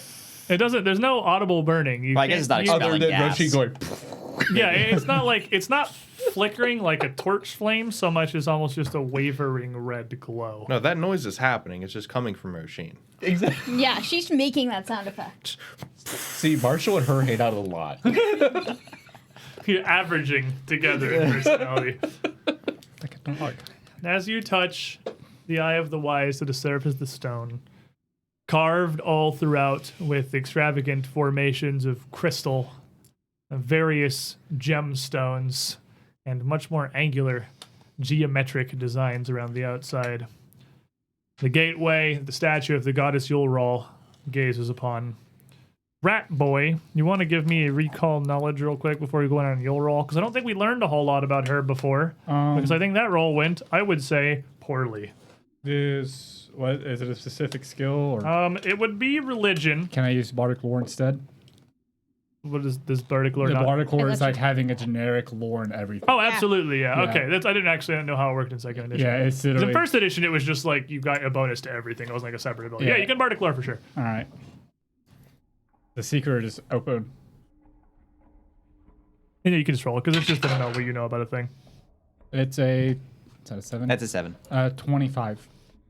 So with a 25, you would know that Yulral, the Wise, is a goddess of the ancient elven pantheon whose worship outside of like elven kingdoms like Keonan is pretty much all but disappeared.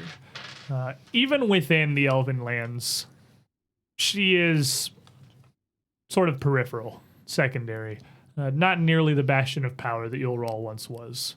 She is an interesting god that doesn't really have a great human analog. As much as she is the goddess of the concept and usage of magic, she is equally the goddess of jewels and gemstones and crystal. And an elven understanding in the elven pantheon, these two things are woven together almost one and the same.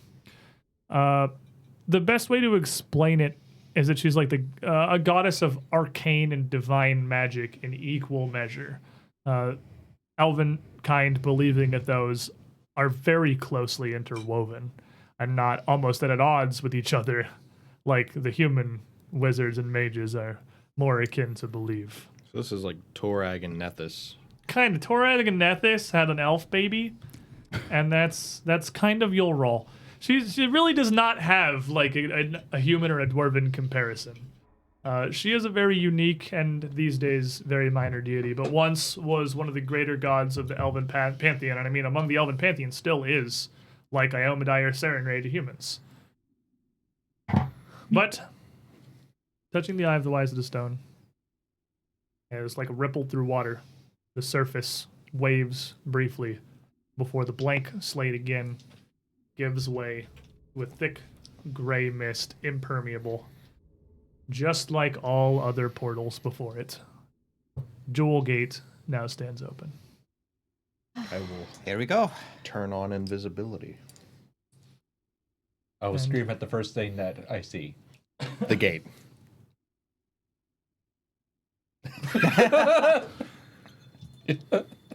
You step forth into a chamber dramatically more impressive than any you've seen before. Let me get this on here because it is a Ooh. really Ooh. fantastic What's that? small That's just one of the There we go. decorations. We'll It's get fine. there. We'll get to what that is. Calm down. Dude, she's got a green bar. It's gonna be okay. As you come through, Got a health bar. one at a time. Well, I put health bars just natively, or tokens just natively have health bars on here, and I gotta hide all of yours because I forgot to do that on this scene. Because I'm not gonna run player health on these anymore. It's the decision I ended up at.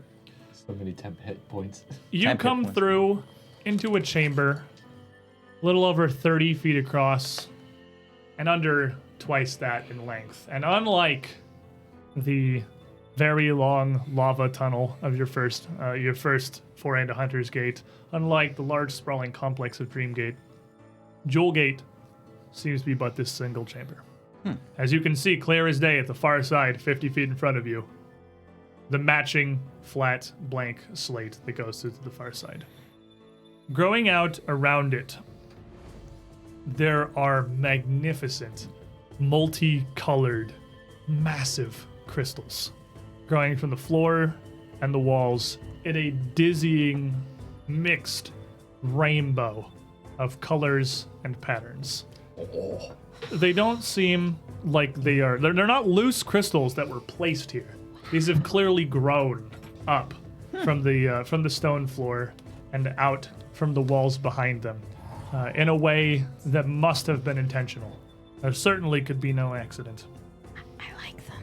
The light that emanates through this room throws a kaleidoscopic shimmer across the floor and the walls as it rebounds throughout these multicolored refracting crystals.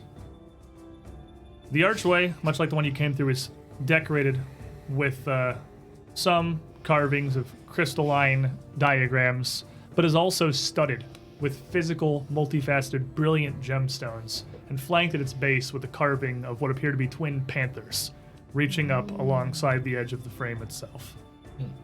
On the northern wall, a row of bookcases and a wooden desk look to be in perfect condition, as if they were unweathered by the passage of years.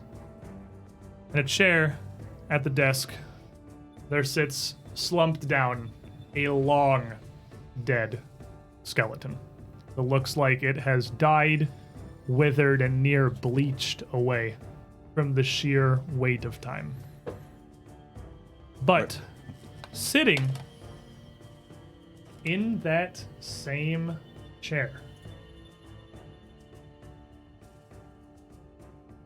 is a specter of an elven woman. It was a very long, flowing, purple gown that stretches almost just pure straight, doesn't billow out or blossom at all, from her shoulders all the way down to where it wisps away into non-existence across the floor. Her hair, long, light gray, straight back, laid out, near pristine, draped across her long ears and back behind her shoulders. Her wide, stark white eyes make it clear evident that she was certainly a full-blooded elf. And as the group of you come through into here, let me giveth some art. In case you all were wondering what I wanted for my birthday, any of those will do. Oh, well, she looks like a delight. Her face does not look like this. Her face is relatively at peace, That's what Right my now. mother looks like before makeup. though emanating softly throughout this chamber, you can hear what almost sounds like muffled crying. Oh. It doesn't appear to come from her, though. As the group of you step forth and have only a moment to take in this extravagant chamber, she turns, sees four of you, at least, and glides up from her sitting position over towards the group of you. Smile on her face, her hands outstretched, welcoming, and who knows Elvin? Obviously you. So just the two of you? I mean, just, don't. That's very impressive. But I That's very impressive. Elvin is Elvin's definitely a common enough language that the three of you would be aware she is speaking Elven, even if you don't understand yeah. what it is she is saying. I mean, I heard of it. I know of Elvin. You know, on the off chance of being safe, I'm gonna mark the ghost for death. Fair enough. think that already happened. Yeah. But I'm switching to my hammer. you put the axe blade paw at the rectangle. Yep. Her hands widespread. In a voice almost dissonant, sort of echoing, her words laced in several pitches, fighting for control, clashing and conflicting with each other. The words even hanging for a few moments after she speaks. Her words themselves, plain enough. Welcome, Jewelgate. I am Zay Whisperwind. Please be cautious of the crystal growths at the far end. They are a dangerous state. I'll translate. Thank you. And who might we have the pleasure of speaking to? And she, you have your Alcetta ring, your Alcetta symbol necklace on, right? She almost doesn't even seem to hear that, but she notices the necklace that you have on, and arms still kind of widespread. Brings her hands together. Oh, that sigil. Are you some of Count Lauren's acolytes? Not specifically, but I do worship the goddess. Welcome, Jewelgate. I'm Zay Whisperwind. Please be cautious of the crystals at the far side of the chamber. They are in a delicate state. Of course. I'll just motion you all and just tell you to follow me. I'm making sure that I am between Resme and the ghost, because I do not trust this at all. Faith level 0. We'll continue to walk. Slowly. Yeah, as you slowly start to pick your way across the chamber here, she floats back around kind of in front of Marshall here, intervening as you get a little closer, and puts her hands up and says to you and Elvin, you obviously can't understand her, but what you guys would do. No, please. The crystals are a threat right now. Until we have them under control, it's too dangerous. We're not going to go near the crystals. We just want to go out the other side of the gate. And as you talk to her and she turns her attention back to you, she looks down, sees the necklace. Oh, that symbol. Are you some of Count Lauren's acolytes? Yes. And she looks back over towards the desk where there's an open tome with a layer of dust over it that looks like it's been sitting there for generations.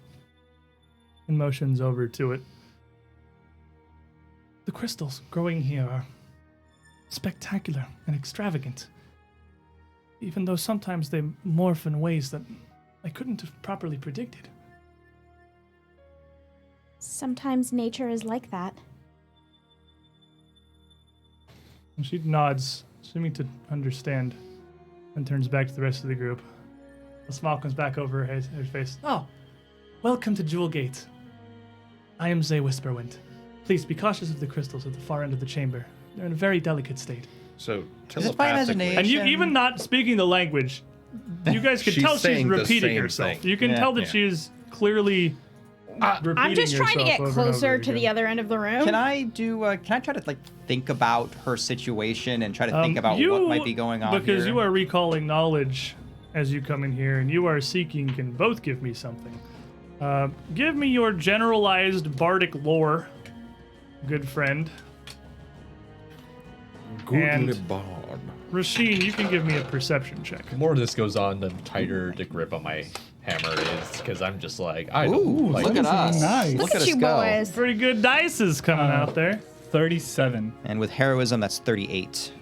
With a 37, you would know that these crystals that are growing here are not only placed intentionally without any kind of a magic, they are clearly laced with some kind of energy.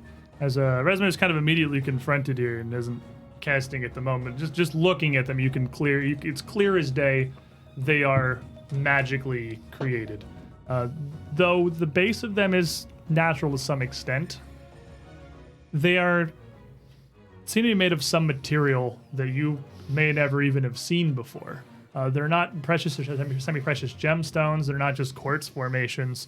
It's going to be something unique entirely, but the way they shear, the pattern in which they split, tells you that they are at least akin to crystals that grow in formations and massive geodes of amethyst beneath the Five Kings Mountains.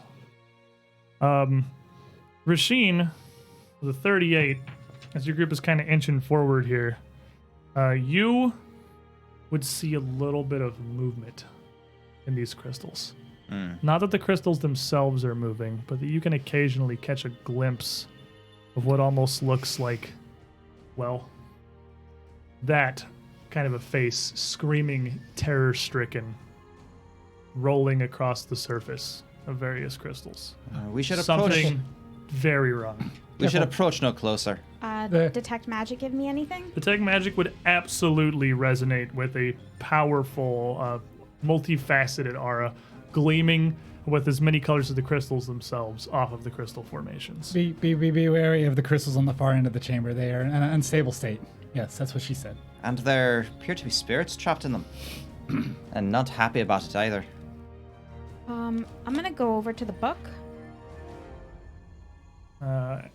You head over to the book on the table. Zay follows you as you come in, immediately losing attention on the rest of the party and stepping over with you. Her hands kind of clasped together, almost a kind of worried expression on her face. Please, I've spent much time on this research.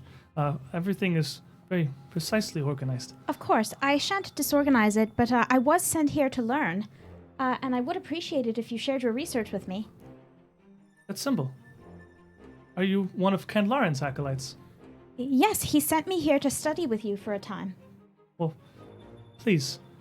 I've worked on this research for some time. Everything is very precisely organized. Would you like to tell me about it? She nods and sort of looks down at it and points to the just the main open tome on the table there with a couple little fragments of crystal and some various little tools kind of scattered around. And she points down. Her face just kind of blank. Welcome to Jewelgate, as she turns back to the rest of the party. I am Zay Whisperwind. Please, do not approach the crystals on the far side of the chamber. In a delicate state. Can I get a thievery check to try to take the book while she's paying attention to them? Sure. Absolutely can make a thievery check. Because now I no clue what's going on, but these books seem to have something in them that's doing and something. Zay doesn't seem like... She seems friendly, but stuck. I look at Roisin and I'm like, lass, what exactly is going on here? She's in a heck of a state. Was she sealed away in here, unable to escape? What a terrible fate. That's gonna be... I think I'm gonna re-roll that. Thank you so much, Loopy Caster. Your hero point is appreciated.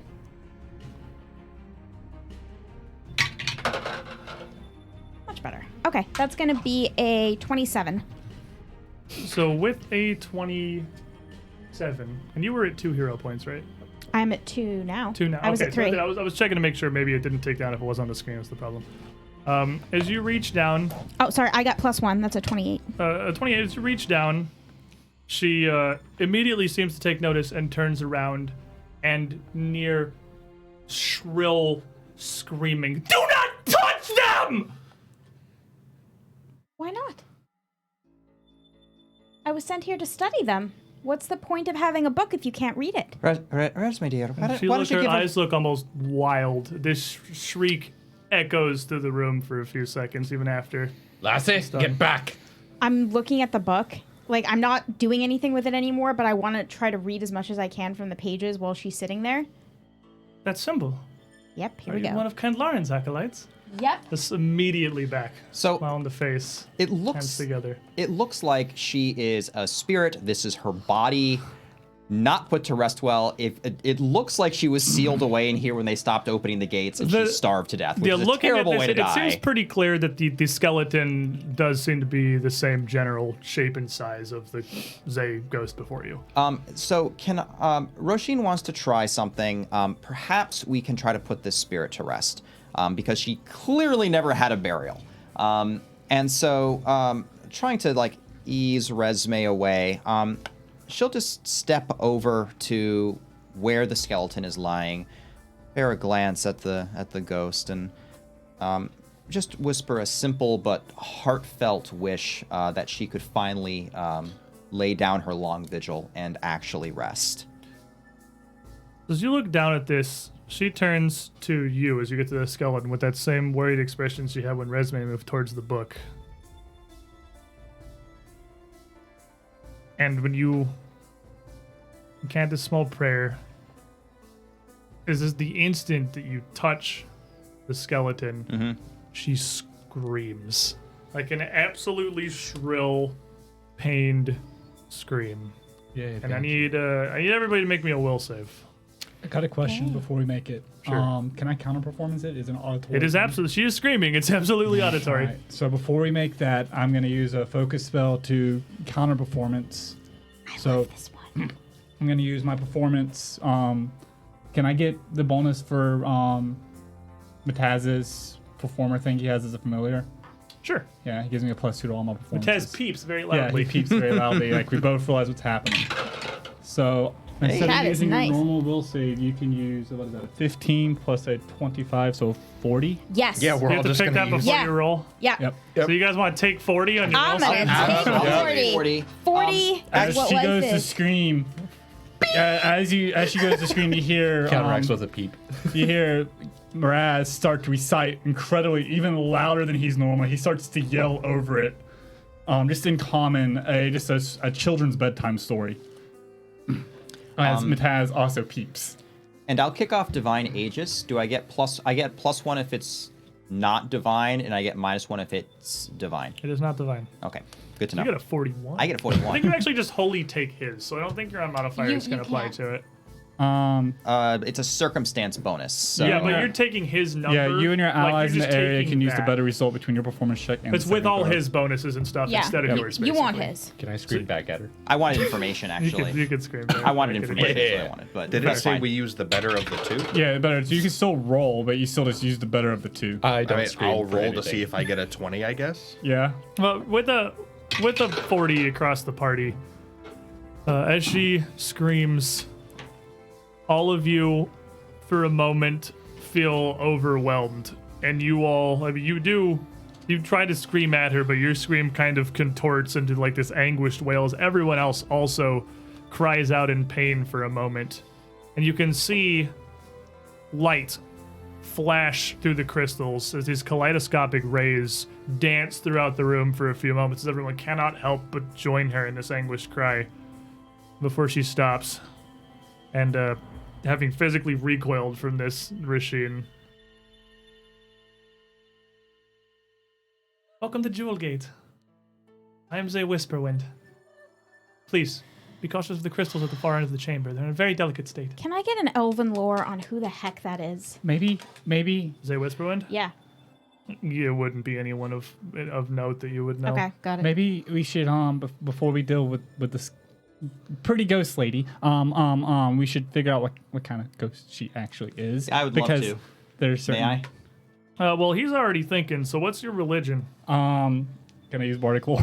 It's better than my religion. Can you use it to identify monsters? I don't really know If you what have horse. lore ghosts. Yeah, Yeah, I guess you could. I don't see why not. It's a knowledge check. Yeah. So what's your bardic lore? 18. All right, 18. That works. Fun fact, lore can be just about anything. Yeah, that's fair. I mean, you can bardic lore pretty much whatever. So as you look at her in this reaction she has, that shriek she let out was compelling. While it was an auditory effect, it also drew each of you into the same kind of emotional state that she was in and forced you to follow along in this cry. But you think that Roisin is probably right, as she's clearly a ghost that has risen up almost certainly from the corpse that now sits in the chair that was not laid to rest. And Roisin's not wrong.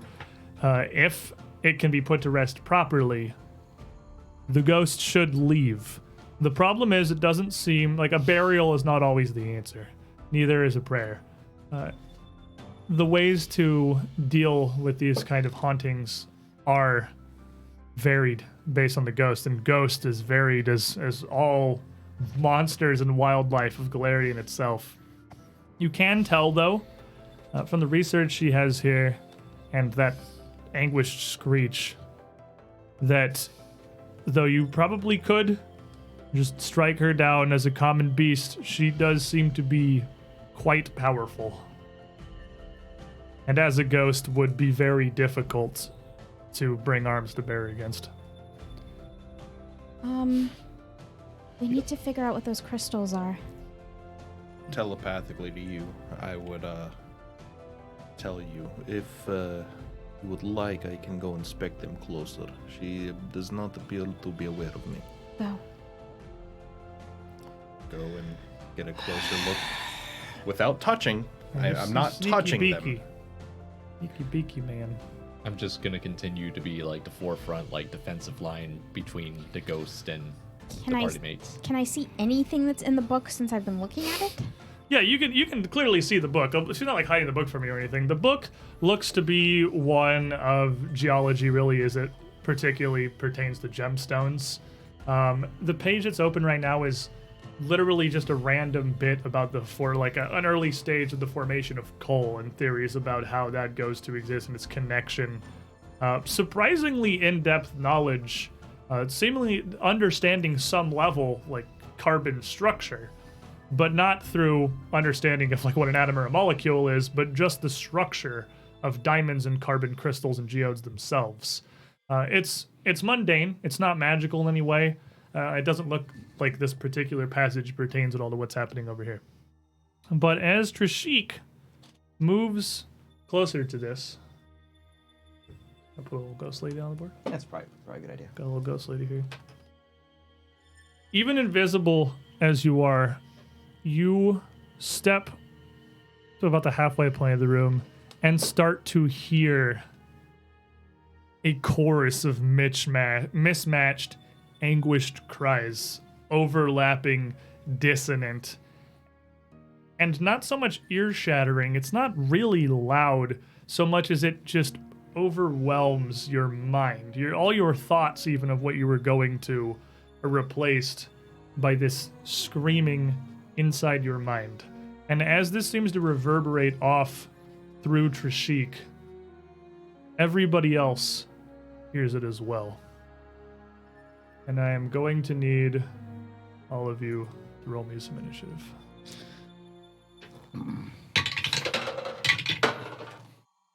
Okay. There you go.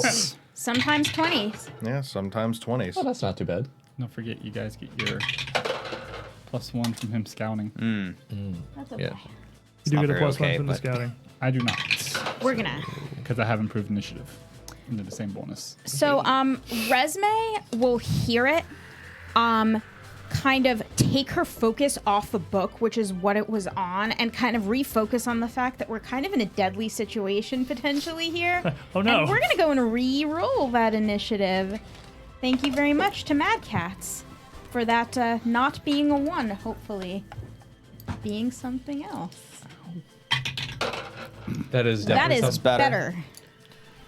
Thank you. And chat, still let me know what you guys think, because obviously the dice tray is very new. I've elected not to bring the dice up for like everybody is rolling a thing, and so I'm trying to use them more for like highly individual people's rolls. But if you want me to pull them up for initiative and stuff, let me know. Again, I'm just trying stuff. The dice trays are very new to us. Well, what did you end up with, Miss Resme? 35. 35. How about you, Rasheen? Roshin gets a 28. And Raz? 30 even. 30 even. How about you, Marshall? 33. 33. And Trishik? 44. I think that's the highest we've seen I so think that's far. a new record. Yeah, I think that's an initiative record. pretty sure It that's was a record. 20. Yeah, it's a 20 off of the skill that I'm focused on and currently have bonuses towards. And as an added bonus, as we go into this here, To assist Kevin with this Katarn for our lizard friend to help with sneaking. The hero points. And I'm gonna roll. But are you? How good is counter performance? Pretty good. It's thing. good. 40. It's excellent. Yeah, 36. That's below Resme for the crystals themselves. And just so we have her on the board, I don't think that's below me if you roll the 36. did you get 38? No, I got a 34. Oh, I think I got 38. No. Don't want to cheat. Right above you then. And to have her on the board, Down at the very bottom, I will put the Whisperwind. Over Interesting. here. And as this all starts to emanate through your mind, she does also start screaming. She throws her head back, this same kind of piercing cry like she's in incredible pain. She's making no move to fight or attack you or anything. She just seems to be completely overwhelmed by this resonation to the crystals. The Drashik, understandably, as you are the one who immediately hears this, you are first. Nothing like came out. I'm not seeing anything. I just hear You a just scream. hear this horrible screaming in your mind. The crystals, from this distance, you can see these reflections of ghostly, anguished faces rolling across their surface. But like nothing's coming up, nothing's moving. You're just hearing this shrill cry. I will 5-foot step backwards and see if it goes away, if it's like a proximity based thing, because I got too close. And as you step back,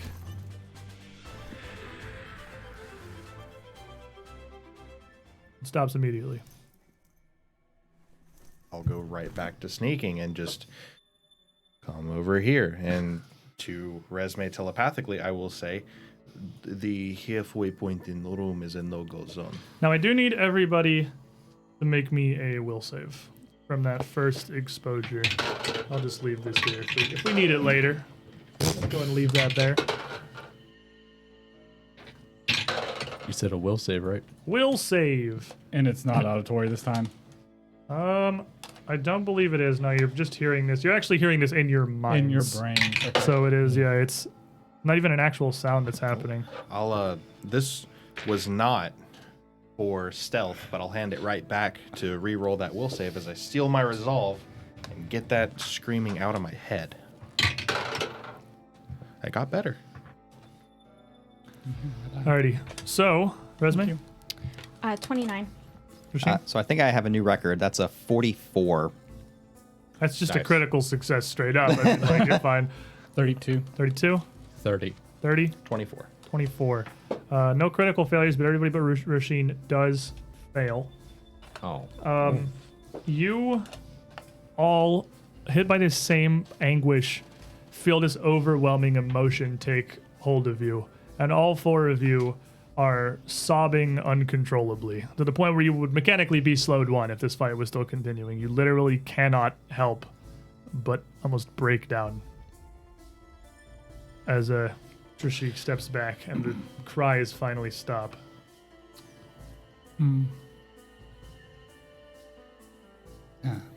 Well, that wasn't pleasant. I'm thinking very, very hard now. Just me. Have any ideas? I could disintegrate How- the crystals. How did they?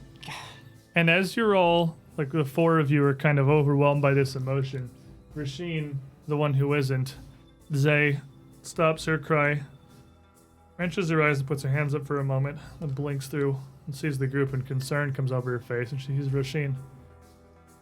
Your friends! What has befallen them? And Elvin. I don't think I've heard you say that one before.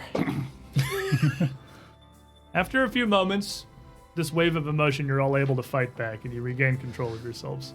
All right. What happened? You can see them like Raz- bawling her eyes out of there. Raz What's is- going on? So Raz is much going to sadness. Incant Where a did that single come word. from? Raz is going to incant a single word. He's going to go va and cast hypercognition. Okay. So he's just going to look around and do 6 recall knowledge checks immediately of crystals, of the ghost, of anything around the room that he can get. Just 6 things that trying to connect things together. Okay. So I'll give you, rather than us rolling a bunch of dice in a row, I'll just give you with hypercognition as you look around the state of the chamber here, set up as it is with all of these various crystals. You see the research on the desk. What looks like it was patronage to Yulrol. Clearly the research being done here was intended to fill this chamber with a beautiful myriad of colorful crystals to be enjoyed, to be looked at like art. There is no magic involved. Everything on her desk largely pertains, the titles of these books and these tomes, to simple geology, and the creation of these various forms and crystals, how to grow them naturally. There is some magic of her own that you can see that maybe was used to enhance the growth, but nothing like what's happening here. No emotional tie to any of this. Her skeleton rests dead in that chair. Clearly has been stricken. It doesn't look like, based on the positioning, that she starved or simply withered away here. But there's no visible sign of injury either. She died very suddenly, but not to physical harm. The crystals on the far side rolling across with these faces are obviously corrupted now, filled with some kind of resonant emotion, some latent magic that simple proximity allows to lash out, and so, as it does, resonates through those within range, expanding to fill nearly the entirety of the chamber. It seems it will be almost impossible to reach the far gate without somehow dealing with these crystals. Looking at the books on the southern end of the shelves, everything seems to support what you've put together so far. Zay, clearly in her time through some of these tomes of magic, must have been somewhat of a potent caster herself, somewhat relatively capable to make all of this work. You know that if you were to strike her down here, she would simply reform. Ghosts are never smited quite so easily, and you would have to do something in order to end this once and for all. And in that moment of that hypercognition, all that you learn there coming together. His eyes just... Kind of a flash of knowledge. He just holds his head back because that is a one-action spell. Oh my gosh, Raz, you alright? Well. What I could tell is these crystals are her life's work. She was trying to make the room beautiful so visitors could come and pay homage to them like a piece of artwork in the name of the goddess that we mentioned at the front at the gate. Well, there's something messed up about those crystals, And she I'll tell you failed. that. Something failed. And if I were to make assumptions, I'm thinking these crystals killed her. So smash the crystals. No. I'd prefer us, fix the problem. Smashing will fix the problem, but I don't know how that would reach her or affect us. It's kind of sad, really, to see your own life's work kill people. Can we pray? Make me a perception check. C4e3. Look at it go! Dreidel, I made you out of something. Hey, that's decent. That's a 35. Imagine. With a 35, as you look back over to these crystals, you can see that whatever magic has laced through them with what he's telling you, they are still crystal structures. They are fragile, but only in very precise ways. If you sent Marshall in there with Rectangle, beating them down would be a pretty impressive effort that would take some time, while you have no idea what kind of horrible effects it's going to subject you to. But that said, you know what a Prince Rupert's drop is? I do know what a Prince Rupert's drop is. Those are where it's like a glass bead with a very long tail that's pretty much invulnerable to most things, and except if I think it's the very tip of like the head of it, you can just beat the crap with hammers. It's pretty resilient. It'll withstand a The bullet. tail. It would withstand bullets, but if you tweak the tail without even a little bit of force, it'll fracture, rippling up the thing and explode the entirety of the gem. While not quite so severe and definitely not quite so easy, similar methods would apply to crystalline structures like these. If someone had particularly skilled fingers and could get in range with them and range of them, although there's a lot of them that would have to be dealt with, it might still take some time. You could quickly, precisely, almost destroy individual crystals by exploiting these fracture lines. I have a really crazy idea. Can I see any fracture lines? You probably do not have the thievery skill. You're aware this is conceptually possible, but it's not like there's visible cracks through them. So the crystals are going to have to be dealt with. There's the only way through it. It's what's binding her to this place almost assuredly. Her life's work that went bad and killed her. If we deal with it, perhaps it'll put her spirit at But rest. how do we deal with it? You also know that this echoing, this screaming in your head that this crystal seems to activate, that even Zay seems to possess when she cries, has a resonance of sorts, and resonance has to pass through from object to object. It would be possibly easier, but maybe more involved, to bring some objects, even something as small as various books, and place them in such a way to prevent individual bits of crystal from being able to resonate out through the chamber. Oh, Oh. we could block it. We could What- block it. Resume, I have that. bring out the wardrobe. Why don't I just create a wall? Because we'll need to be able to traverse this after we're done with everything. I could just take the wall apart when I'm done. You would also know that with this resonance, give me a crafting check.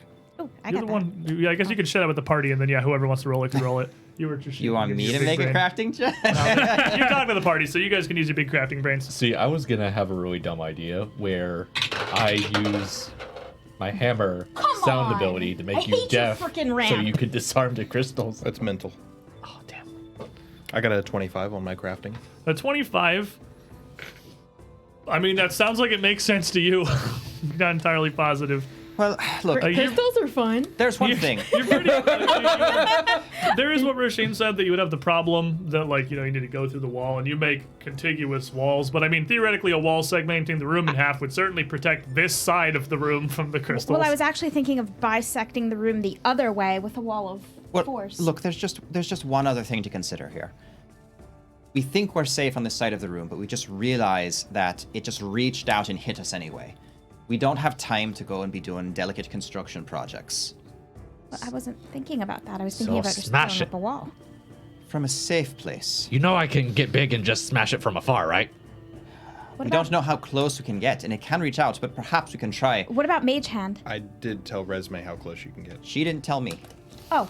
And you were enough. invisible, so I didn't see how close you got. I'm not like, talking honestly, out loud. as far as Roshi knows, this thing just hit us out of nowhere. True.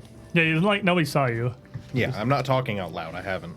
How long does your invisibility last? 10 minutes. I have 3 of them. Okay. But give me a Probably on moment. at least number 2 by Well, now if you're it's trying to keep not- it it's only rolling. one half of the room. Let me try something Probably first. 2. Let me try Probably something keep first. 2 rolling. So, Roshin has got some performance. She's actually pretty good at it. Okay.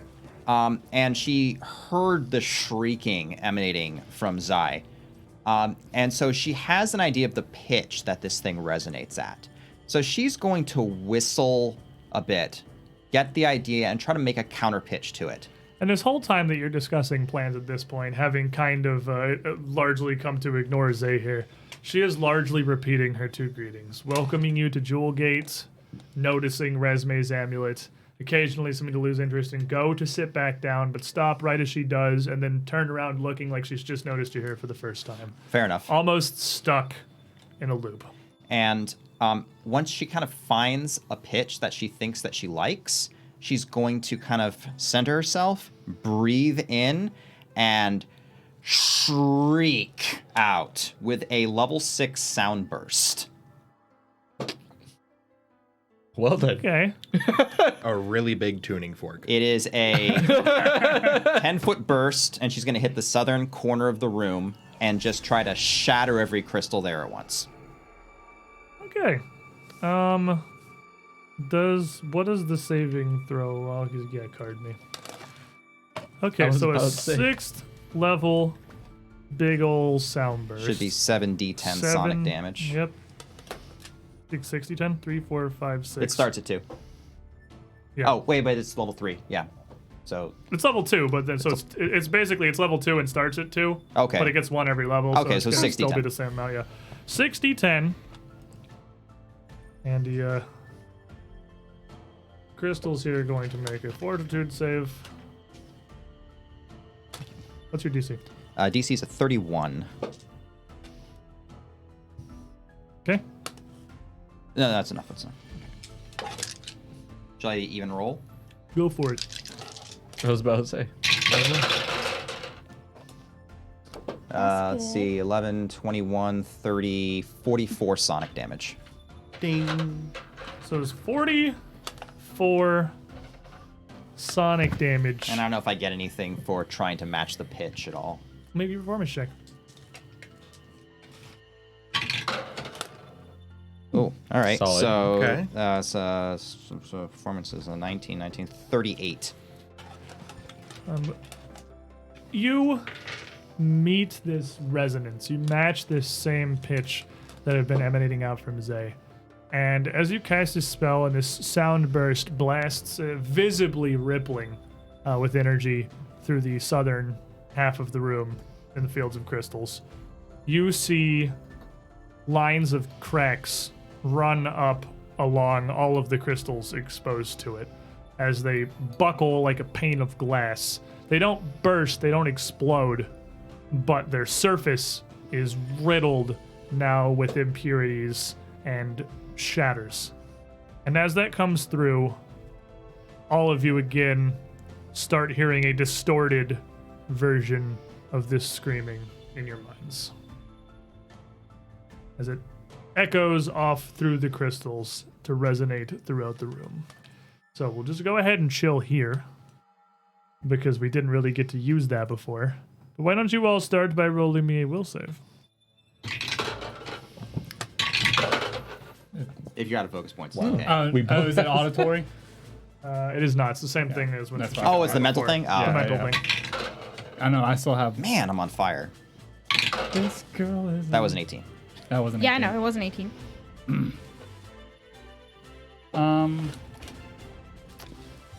Oh. Raz is caught a little off guard, and as soon as he realizes what is assailing his mind, he just kind of. Aw. And that slap did not help anyone. Womp womp. Womp womp. Alrighty, so going around the room here, what do we got from Resume? Why are you taking the ramp off? 36. Why'd you take the ramp off? Because I hate it. We need it though. I don't like it. 36? Yep. You are overwhelmed by this emotion and slowed 1. Rasheen? 42. Is it will saves you get successes critical? Yeah. All right, so having experienced this now once before, you're okay. Rez? 24. 24. Slowed 1. Did you overwhelm with emotion? 35. Slowed 1. 35. Slowed 1. So, you three, everyone but Raz. Rasheen's, again, fine. Everyone but Raz, you feel it hit you and you try to resist it, but it's just... It's like it's forcing its own feeling into you, and it doesn't strike nearly as severely as it did the first time it came through. It's not going to have nearly as long-lasting of an effect. But Raz, you are sad. And Trishik, you are up first here as this echoing resonance bounces throughout the chamber, and you hear no sign of it coming to an end. Well, do I know that I can break these? Was that discussed in It the was. open? Yeah, we That was discussed discussed out loud. Okay. Yes. Well, then I'm going to come over here to this one, and I'm gonna thievery check it. Okay. I'm gonna try and take some of those fault lines and breaks and get my claws in there and try and pry the. The cracks probably get really easier to see Yeah. where the fault Yeah, lines you've are. got cracks now. So I gotta that's what to pry work the with. brittle structure. What is apart your and make it proficiency shatter. in thievery? I am expert. Expert? All right. As you go to try to do this with the cracks, it definitely seems like it logically should be feasible, but this is simply beyond your skill. You are not proficient enough at thief to make this happen. I'm gonna break it then. You can certainly punch it. Take a Can page I out of Marshall's book. Can I sneak attack?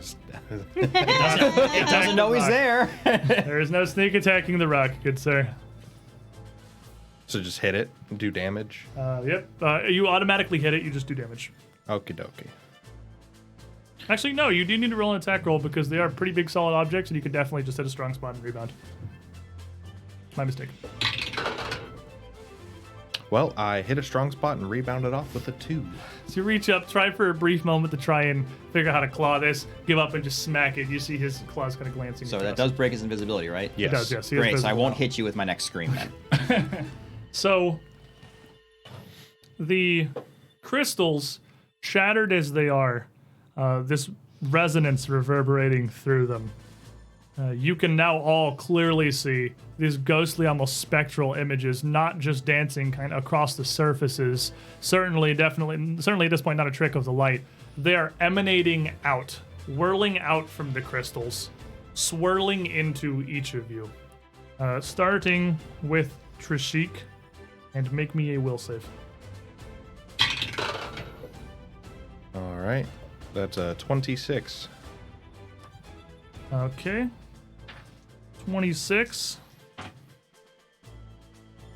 You take 19 points of mental damage. And 14 points of sonic damage. Or 33 total? 34. 34 total. Marshall, make me a will save. No, 33 is right. I'm done. 32. So the 32, you will also feel these pour into you with a combination of 14 points of mental damage as it just assails your mind, and 12 points of sonic damage. So 26. Yeah. And then Roshin is the next closest. Oh wow, that's a nat 1. I'm gonna use this here hero point actually. She's heard this before, and she's gonna she's felt this, and now she can actually see it working. So she's going to focus down and just be ready for it significantly better. So that's gonna be a terrorism's 24, and that 39. 39, you will succeed, so critically succeed. Roshin proving to be exceptionally resilient against these crystals. And then Resme. Thank you, what is for Lilibek. I perhaps have a suggestion. We leave. Do these qualify as creatures in terms of chain spells? They're not creatures. Okay, so I could not use You get- chain lightning on them. No, it would kind of hit, like, they're literally rocks. That's what I So thought. you would About hit as one and grounded as dissipate. you're gonna get. You could definitely blast one of them, but it wouldn't chain between them. You can see that Rashin's spell has certainly damaged numerous crystals on the southern side of the room. Obviously, they have these cracks for everything through. They're clearly, like, they had an effect. Soon, you are next, sir. I know. Prepare the smacky hand. I'm actually going to focus in on one of the crystals on the other side of the room that she didn't hit, the big blue one. And she'll kind of draw her will together. Destructum endorum nevarum. Disintegrate. Oh, Yep. okay. This is, be gone, please. Boy, oh, you're not a creature, are you? Zappo. Make me an attack roll. I guess you're just kind of hitting it. That works. That works. Much better. Attack roll is going to be a 33. With 33, you're just kind of trying to hit a crystal here with your disintegrate. It is absolutely going to connect with one of the crystals on the northern side of the room. And how much damage does disintegrate do? 12d10. An object you hit is destroyed. No save, regardless of hardness. I'm pretty sure it's just gone. That disintegrate is going to absolutely vaporize one of the large crystal formations, Oh, that'll turning work it nicely. to just thin silicate powder, dust across the floor. Take that! And then make me another will save real quick. That tower it's definitely likes you better. Going to be a 32. 32, you are no longer slowed. She can do one for you as well. And then Marshall, Not 20. you know what? Is the room big enough for me to go large or huge? You can go huge. It's gonna be a little comfy, but Yeah. you can go huge. Oh, Here I there's go, enough room. dwarf and giant too. Let's do this. There's enough room too. Marshall! Is his hammer big enough to hit Yes. a 2x2 at this point? Yes. And I'm gonna smack it at the closest crystal. All right, the ones near Trishik are probably the closest because she's deleted the closest one on the northern Yep, side. well. I'm pretty sure that hits. What you got? That is, if my math is right, a 35. Yeah, 35. Or, I'm sorry, 37. 37 hits the crystal, yes. And it's You're sonic. large enough to be able to swing directly into the tips of these things and just Yep. like hit them right on the point. So that is a combination of big numbers. So Look at that's that. 12 and 8, that's 20 plus 5, 25 plus 17. And as you swing, you're absolutely going to 42. shatter another crystal. With these cracks running through it through Rashin's spell, rectangle coming down obliterates it into not quite as fine a powder, but very small fragmented shards that scatter throughout the room. And as you destroy two large patches of these crystals, the emanations flowing out from them have decreased massively. Yeah. And you still have... Wait, you slowed one, I'm so that slowed was one, so two. that's- So yeah, I- maybe a will save to see if you overcome Yep. that, and res. That's Nice. why. Yeah, not slow. We're done with this. He gets to smash things. I want Raz. to point out, he and I have been rolling the same red-colored D20. Like, we both have one, and it's been rolling the same numbers at the same time. Well, you they're found a quant- cheat for real life. They're quantum entangled. Raz is spin. sobbing almost uncontrollably. He's like, I'm sorry. It actually says uncontrollably in the effect. Uncontrollably. I'm trying. Oh, Fuck up, Buttercup. You're fine. in between sobs, he's letting out a poem of Marshall's attempts at comforting. I tried my hardest to make my way to you in haste, but unfortunately, I cannot make it in time. My sweet princess, you have died. It's very sad, but you do feel inspired in your defenses, as if you need to hurry up and do better.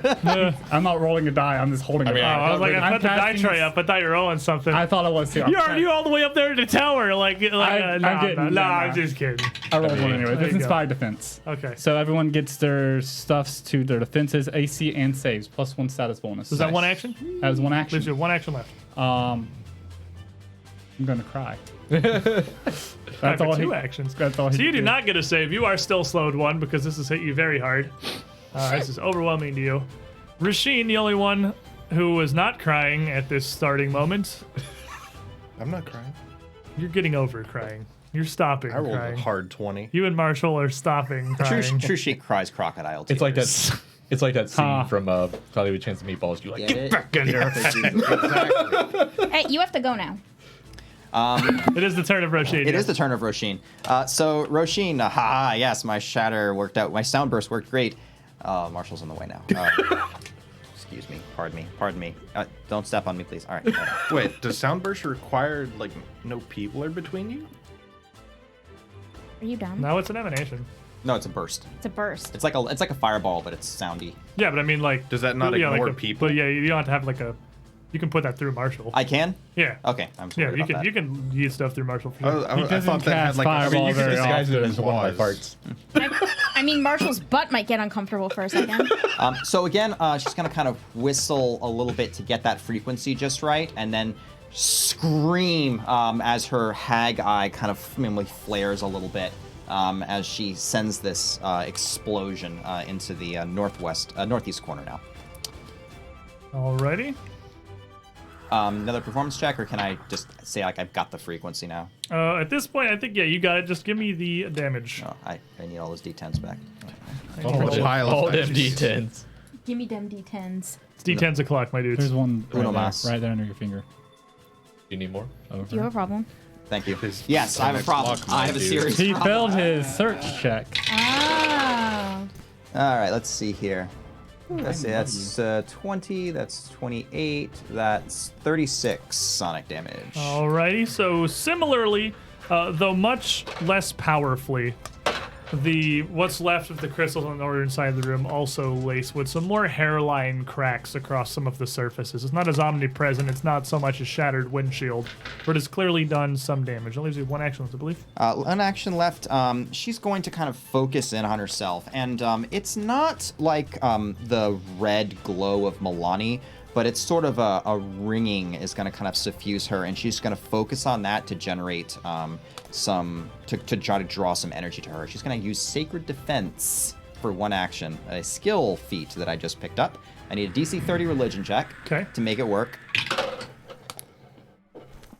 Big spinners Big today. spinners today. 10, that's a pass with a 31. I get 5 temporary hit points as my divine connection strengthens me. Neat. You pray to mom hard enough, and she gives you temporary HP. Isn't that great? It's like what Marshall does, but you have to make a check instead of just doing it. Exactly. Exactly. I'm not as cool as a barbarian. Just So- whine to mommy. So I just saw Zay, myself. That's all. Zay at this point, again is shrieking as if in incredible pain. You're all overcome with this sadness, this emotion of despair, but she is in anguish, and as she screams, as her voice resonates through the chamber, continuing on and becoming more dissonant and shrill, the shards of crystal across the ground, shattered from Marshall's blows and some that have broken free from Roshin's spell, pick up and whirl around the chamber. like a vortex of broken, shattered glass.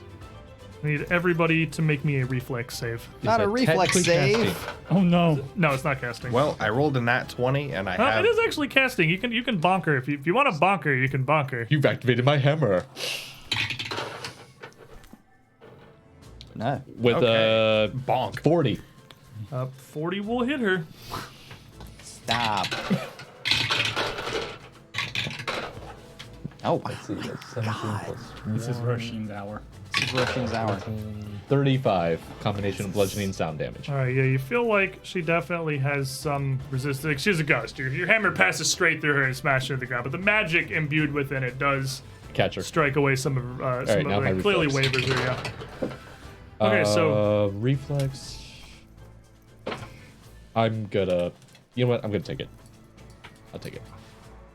Sorry. I rolled a 27. reflex saves. 32. You take 21 points of slashing damage. 39. You take half of that, so you take 10 points of slashing damage. 24. You take 21 points of slashing damage. 27.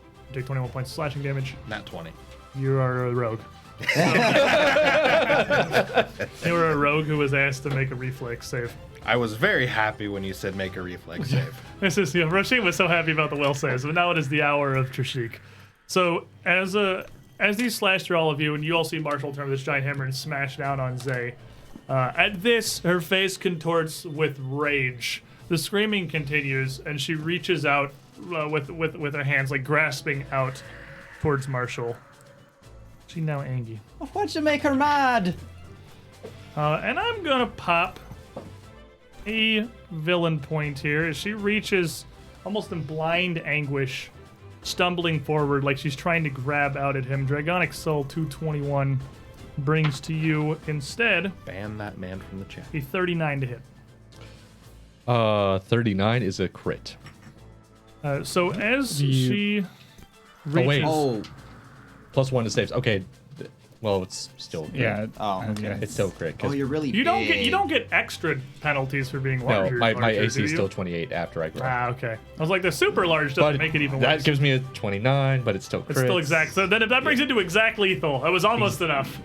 Almost. As she reaches into you, grasping at you, her hands are passing through probably your shins, just like your hammer passed through hers, but you can feel your life force simply being drained away by her touch. Stop scratching my leg! And you were going to take 42 points of negative damage. Ghosts are spooky. Rashik. Well, I'm not slowed anymore. So I'm just going to attempt to break the green one in front. How are they divided up? You can just swing at them. It doesn't, like, you're still in range of one nearby. Well, Okay. there's one.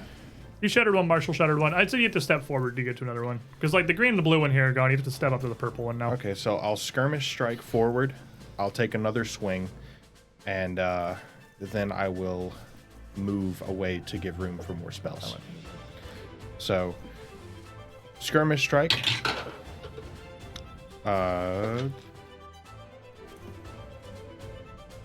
27. 27 as you reach out again, your claws just kind of skitter across the damaged surface. 27. And again, as you batter at it before retreating back away. I'll actually go one more. I have 30 foot. Okay, one further. Yep, just making Yeah, we room. can do measurements now, so Yeah, we have that going. just for making us. room. Cast your cool. spells. Have fun. So the crystals at this point, as you have bashed and beaten away a decent amount of them, and those that are left are somewhat damaged. Again, this energy, these ghostly tendrils almost pouring out of them, have reduced greatly.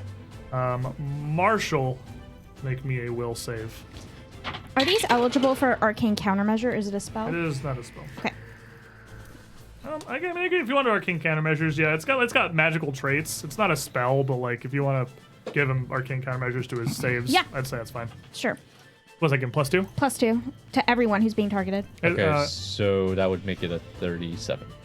37 will regular succeed, so you will take half. You'll take 16 points of mixed sonic and mental damage, but that's actually it.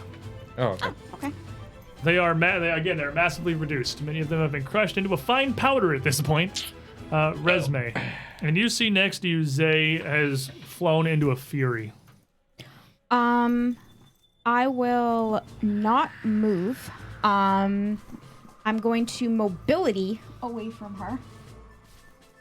15 feet, coming up over by Roshin. Yeah. Like there. behind her or like behind us? Right there. Okay. Yeah, right there. And then I'm going to take a pellet and use telekinetic projectile to send it flinging toward one of the crystal's weak spots and try to shatter it from up beneath. Okay. You just have a bag of D20s. Attack roll. That's right, I do. That is a very nice attack roll. That's going to be a 36. A 36 will connect with a crystal. And this is on the northern end? Yeah. Okay. 1, 2, 3, 4, 5. 66.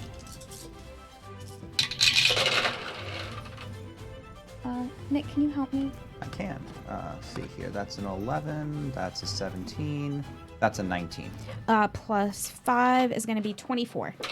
So as this shard hits this, it's gonna hit the crystal and glance, like doing a bit more damage, sending some more cracks through it, but very little, as they're solid crystal structures, and just kind of throwing crap at them, if you can't throw crap quite as hard as Marshall can, has very little effect. But it's not gonna do nothing. Marshall. All right. Well, I guess I better do one thing. I'll attack the closest crystal next to me. Okie dokie. Just work down the line. You can reach the purple one from here too. Pretty much. 31. 31, your hammer is going to hit, and it's going to crunch into it a bit, but just kind of compress, like shatter a little bit of a point. Not actually a solid, like a square enough strike to do any real damage to it. They're huge, like 5 foot around crystal pillars. They're pretty sturdy. You got to hit them pretty good. Okay. Well, I'll take another whack at it. Much better. Oh. Much better, but then a -5. Is it? Oh yeah, It's too -5. higher. It's 2 higher, so 33. 33 will hit it. Okay, that's all that matters. We got there. That's gonna be 15, 17, 34. So with 34 points of damage, you will crush through another of these crystals that the initial sound burst had shattered. At this point, you've destroyed about half of the crystals in the chamber. Okay. But this energy, this necromantic wave that's washing out of them, has stopped almost completely. Just through destroying a large part of this nexus. The screaming, anguish, the ringing in your ears has dissipated almost entirely, just to be replaced with Zay's now enraged cries. The crystals no longer seem to be an imminent threat to you. Awesome. Well, with my last action, well, I guess this deserves a treat. Pulls out a battle potato. A very large battle potato. So Trishik, before we go to the next entrance here, Ghost of Azan, for remembering that your party has AoE casters. Here is a hero point. Good job. 7 and 12. 7 and 12. By the That's power of 19. battle medicine 19. potato. So I get 19 health points back. All right, Raz, you can see that Zay is still beyond potato. fury here. Well, and the crystals are. The crystal's no longer, like, you don't hear that sound in your head anymore. There's no energy watching for it. And it seems like enough have been destroyed that they are no longer any kind of a threat compared to this rampaging ghost. Raz is going to continue on with his story. But at the end of it, that's one action to inspire defense again. He has a little silver trumpet in his hands that he's been holding this entire time. And he looks towards the ghost and just toots. And he needs to make me a DC 28 fort save. Just Oh, you scared me. Okay, 27. She takes D6 sonic damage. What? I have a horn of blasting. Toot! You are the cutest little rat ever. That's amazing. That's awesome. So she takes a total of 16 sonic damage. Jesus, you rolled really well. Okay. So as this magic ripples through her, even the energy from the Horn of Blasting, seeming to not find much purchase on her ghostly form. She's gonna resist most of that, but because she's a ghost, Yeah. Oh, Yeah. one action. and you're still slowed one. Yeah, I'm still slowed one. So I'm still crying. Roshin is still crying. That's very sad. It's a sad toot.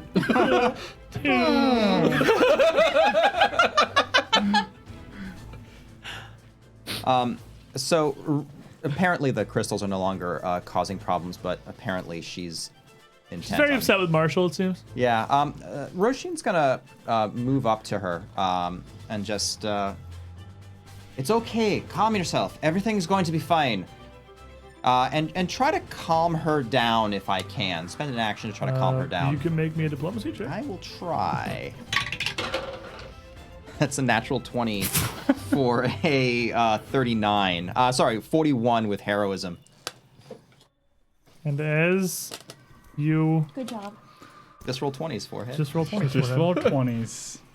you come up to her and try your best to kind of diffuse the situation.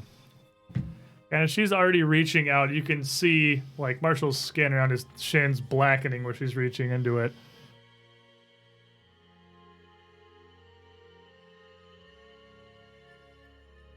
Welcome to Jewelgate. I am Zay Whisperwind. The crystals.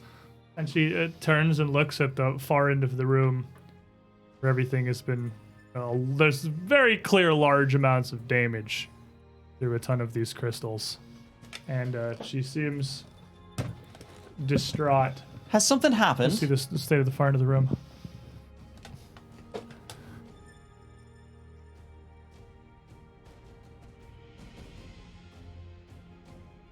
She stuck. She was like looking at the broken crystals, turning back to look at you.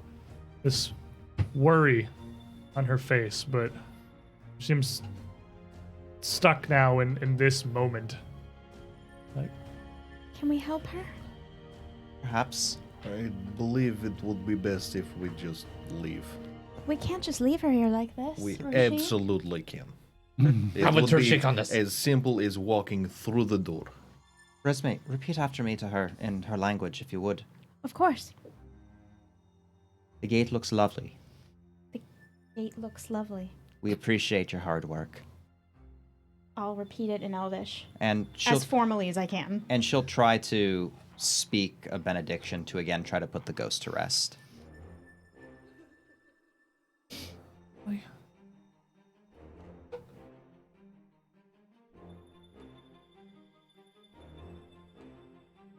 they kept me here forever. Thank you. Go in peace, sister. And looking still almost confused, torn back and forth between the faces of Roshin and Resme, her visage starts to soften and her whole form starts to fade. Send her off with Before, a toot. after a few moments, Zay Whisperwind disappears from the chamber entirely. Thank you, Roshin. Good job.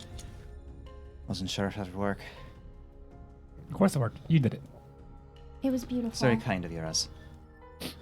So You sad. know, Milani would be very, very proud of you. Proud to have you as her daughter. There is I'm not Milani's daughter.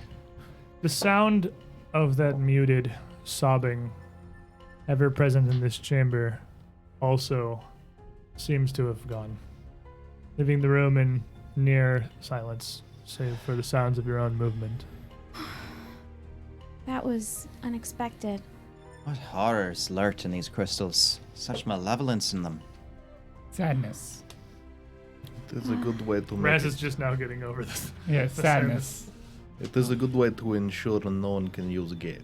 Yeah, not to mention, Ah, they kind of hurt as I pull out a piece of the shard. it was. Oh, Marshall, you look like quite a state. Krasach! I'll throw a heel at you. Regret. Sadness.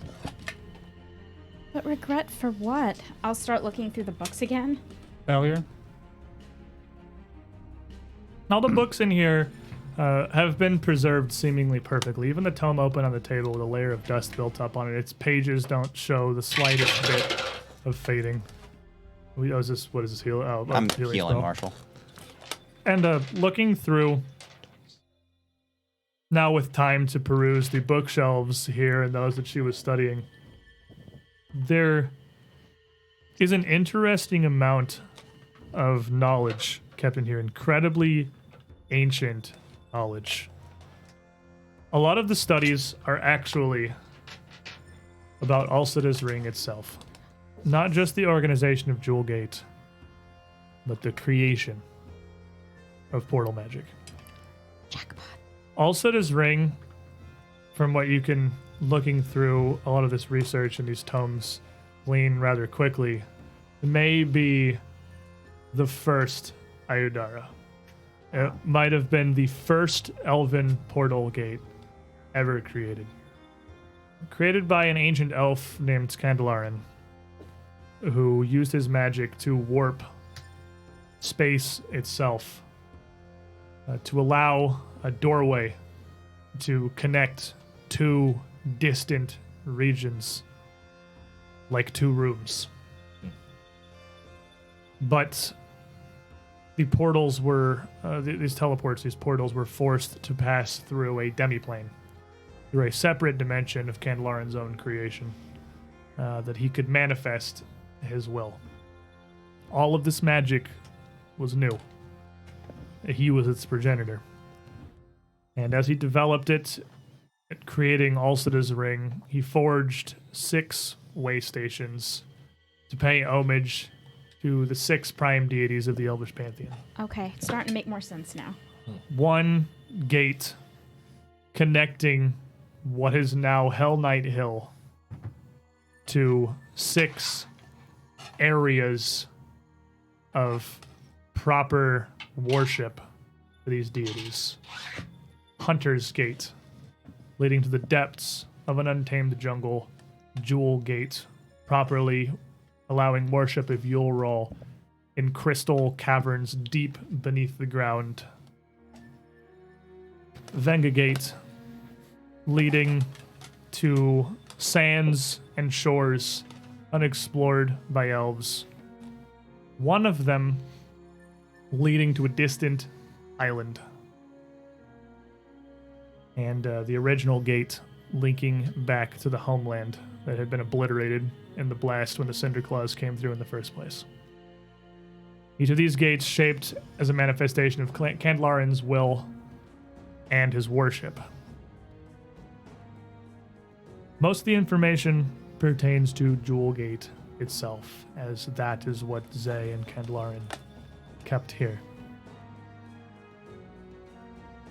There was an interesting tome of magic, not so much a spellbook per se, but a study of an ancient elven craft that you have never heard of, that may very well be lost to time were it not preserved here within Jewelgate. The magic of a crystal keeper. A sect of worshippers of Yulrol, who Zay Whisperwind seemed to be one of, practiced an ancient magic tradition long before Earthfall, long before humanity, or any of that, where, much like Yulrol reigns over magic, crystals, and jewels, these sects were all one. An ancient art of crystal magic that, with these tomes, you could certainly unlock yourself, hypothetically through the Crystal Keeper dedication, if you were so interested. Oh. Well. But additionally, the Jewelgate's far end was placed in a cavern with unparalleled beauty. Natural formations of crystal, a massive chasm like a cracked geode the size of a building.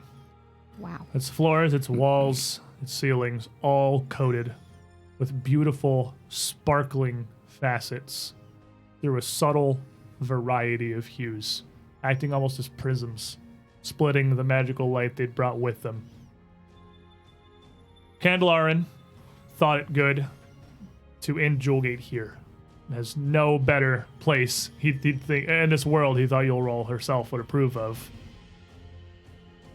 And Zay was tasked with maintaining this beauty and capturing it as she can through her own abilities as a crystal keeper to manifest within the gateway itself. Candelarin left her to this millennia ago. But what happened here?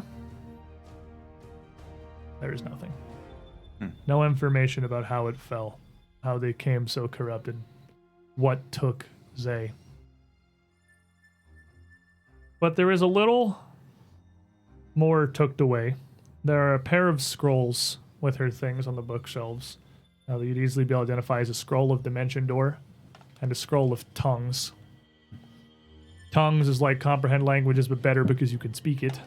Or you can cast it on somebody else, and then they can speak words that you can understand. A scroll of each of those, and a collection as ancient as this. These various books in her library are a huge collection that would sell for hundreds of gold, certainly, to the right collector. They're going in my library. I'm taking some of them. You will rip the pages out. I'm taking I'm taking full books. Yeah, but we're gonna. Yeah, and then put you're them going to in rip the the bag pages of out of holding. them. Yeah. It is all together. If you're trying to like transport this whole collection of knowledge, this library is about 20 bulk of books. I have my own bag of holding. I have the nap of The magic stack does eventually have a limit. 20 is beyond what I think even Marshall can handle. No, I have the knapsack of halfling kind. Right, which is still a bag of holding. 14 is my. I have a bag of Maybe holding you can type do 3. 20, Yeah. Plus, Oh, I you have have a bag of, yeah, right, Yeah. yeah, I have a okay. type 3. You have a type 3, you have a knapsack, you have a type 2, you have a type 1. Mine's you a have type Marshall. 3 technically. I too. have Marshall barbarian is, abilities. Marshall have is a type 2. basically a type We 2. could put the whole thing in So mine you because could there's definitely, nothing you else could in bring here. all of this with you. You have like 5 bags of holding across the table here. It's time to shine, boys. Loot. Yep. Library of esoteric knowledge. Yeah. Pretty Actually, much. really- I just But throw it them in the seems- sack and just drag them across. These two are like just going through the books. I want to hold We this. just put the whole collection in the gourd. Yes. Things in the gourd don't stay in the Don't gourd. stay in the Yeah, I don't gourd. think they did. What happened in the When gourds? it's shrunken down, if it's not the once per day hide, everything gets ejected. Like it has its own furnishings of. Now, I what imagine. happens in the gourd stays in the gourd, but Yeah, not that's like different. the actual stuff you put in the gourd. But you have a bit of a glimpse of where the far end of Jewelgate will probably lead, to a tunnel that this is just a glimpse of its beauty, a crystal cavern Horrors. of potentially horrors, because this end of it was already kind of bad. So you're saying smash all the crystals. Got it. Is very likely you'll perhaps have to.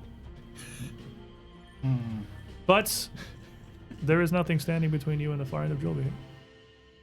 With Zay put to rest, and the crystals destroyed enough that they no longer pose a threat, nothing stopping you. I say some very nice words and cast soothe on myself. At a level 2. Yeah, how's everyone Yeah, looking? you guys aren't by in the a way? rush. Like you I- can, I you know. can I stop and I look like pretty fine. treat yourselves. We could. After that big heal, I'm good. Like I'm nothing almost else back to seems full. to be happy. You're chilling in Jewelgate now. It's Yeah. I vote. this is much simpler than Dreamgate, where we had to fight an entire coven of hags and the Whumping Willow. This was just some mad rocks I'm just gonna do a level 1 heal and on a myself. really sad ghost. A really sad ghost. A really sad. Do a She level was 2 very on sad. myself. I mean, I'll probably just top off You my looking health like you and need just more? chill. No, You're absolutely fine. not. Two, I'm looking 2d10 like my plus brain eight is perfect. bruised. your brain is bruised. My Here, brain is I'll bruised. go put some salve on that brain of yours. I don't know how badly his I brain only looks, but- took Ate a mental bad damage. potato. Do you have a nosebleed? 26. Oh yeah, that's funny. So after while you're looking through these books, while Resme's gleaning what knowledge she can, Rasheen and Raz 32. are tending Good the enough. party with some minor healing magics, making sure everyone is fighting fit in case the other side of this is a literal dimension of screaming murder crystals. Like it has been. You left me missing. or one pirates. You get that all right. How dare you? health. How could Heal me again! You got some dirt on your face. Typical mob fashion. Just a minor aneurysm. It'll be okay. Who's my I just ate a tart. I'm good. Concussion. And I'm like, all right, just a little bit of crystal. I'm good. My emotions have calmed down. I feel much better now. Soothe is the perfect spell for this situation. It is. Yeah. Sometimes you just gotta cry a little bit. It gives you a plus. It gives you a bonus to save. So because it's super interesting, I will give you briefly a little bit of an overview of the Crystal Keeper archetype. I am waiting just for for some that. excitement. Trushik suddenly becomes a magical girl with The gemstones. dedication itself is really a service of study. It was a very specific kind of teaching. And the original, the base dedication feat simply allows you to decipher writing of any kind by using arcana, occultism, religion, or society. As long as you do it while meditating before a crystal. It does not matter what kind of writing it is or what kind of check it would normally take. And if you would critically fail, you fail instead. And if you would succeed, you critically succeed. The crystals impart a great amount of knowledge when studied thoroughly. Beyond that, you get what is possibly the most specific bonus I've ever seen Paizo give out, but I'll go ahead and say it because it's in here. You get resistance 10 to damage from hazards relating to crystals. Hazards relating So to these crystals. crystals. So this room, if you somehow were a Crystal Keeper before you came in here where you learn about Crystal Keepers, would have been nice. So we could have like thieveried the book, left, studied up, it. gained a level, gotten it. But you do gain some kind of interesting things. Two of them in particular, two flavors of Rune Shifter, allow you to, during your daily preparations for either armor or weapons, the two different feats, you can focus on a rune's magical energies through a crystal. It's just part of your daily preparation to change that rune to a different rune. Whoa. Wow. You can't change like a +1. You change property runes, so you can't change like a +1 to a +2. So you could turn like a But fire you into could a lightning rune or change, something. yeah, you could change like flaming to frost or ghost touch or returning or wounding Or or thundering holy or axiom. shocking or Anything Like same any or lower level. any property rune to any other property rune? any property. You can change property rune to corrosive, flaming, frost, ghost touch, grievous, returning, shock, thundering, or wounding. So those all basically are interchangeable for you. It basically makes those all interchangeable. Does it go back to its original one after your daily preps are over? It does, but you can do it again the next day.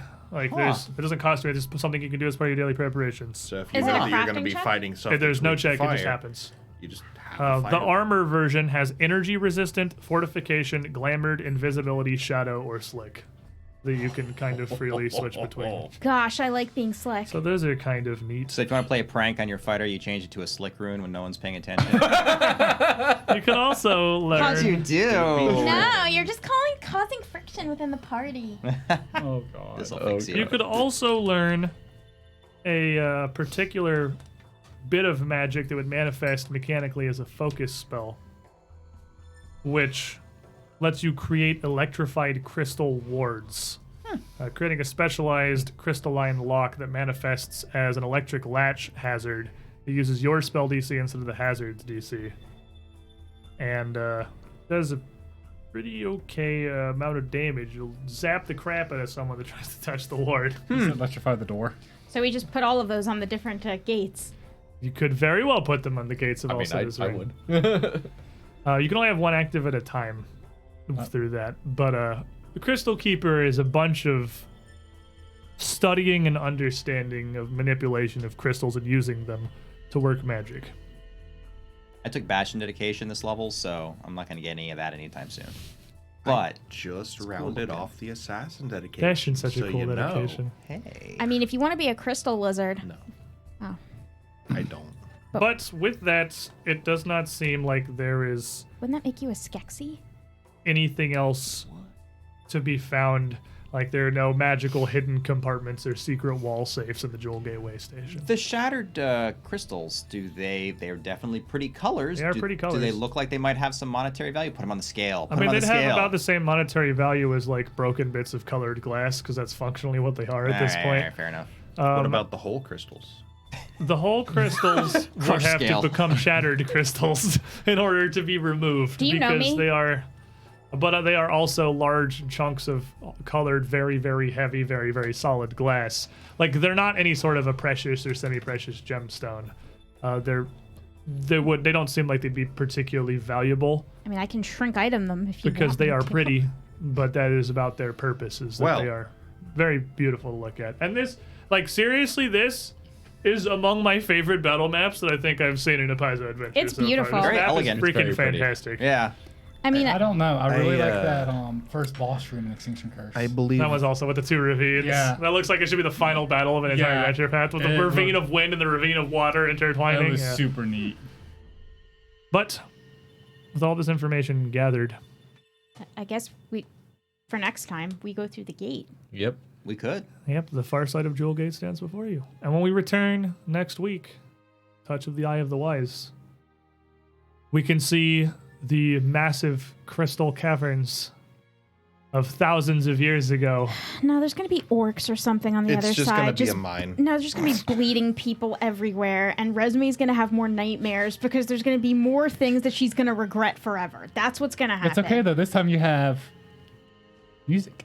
That's true. Oh, great. My nightmares have are composed now. They You have a theme song. Regardless, next week we foray forth to see what rests on the far side of the way station. I'm pretty I sure think- it's just more misery. I think it's a very subtle one, but I really like the sirenscape sounds that I put together for this because they have such a cool little like resonating kind of crystal shimmer sound Oh, it's lovely. that fits in here really nice. Fancy.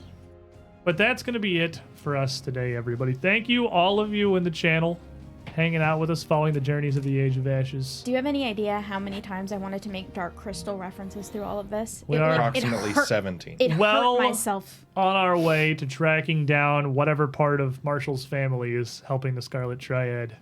Hey, look, official Paizo's hanging out. Maybe, oh, hello. Maybe meeting Roshian's mother. Uh-oh. Oh, At some that too. point. Yeah. I should really tell you guys about what I know.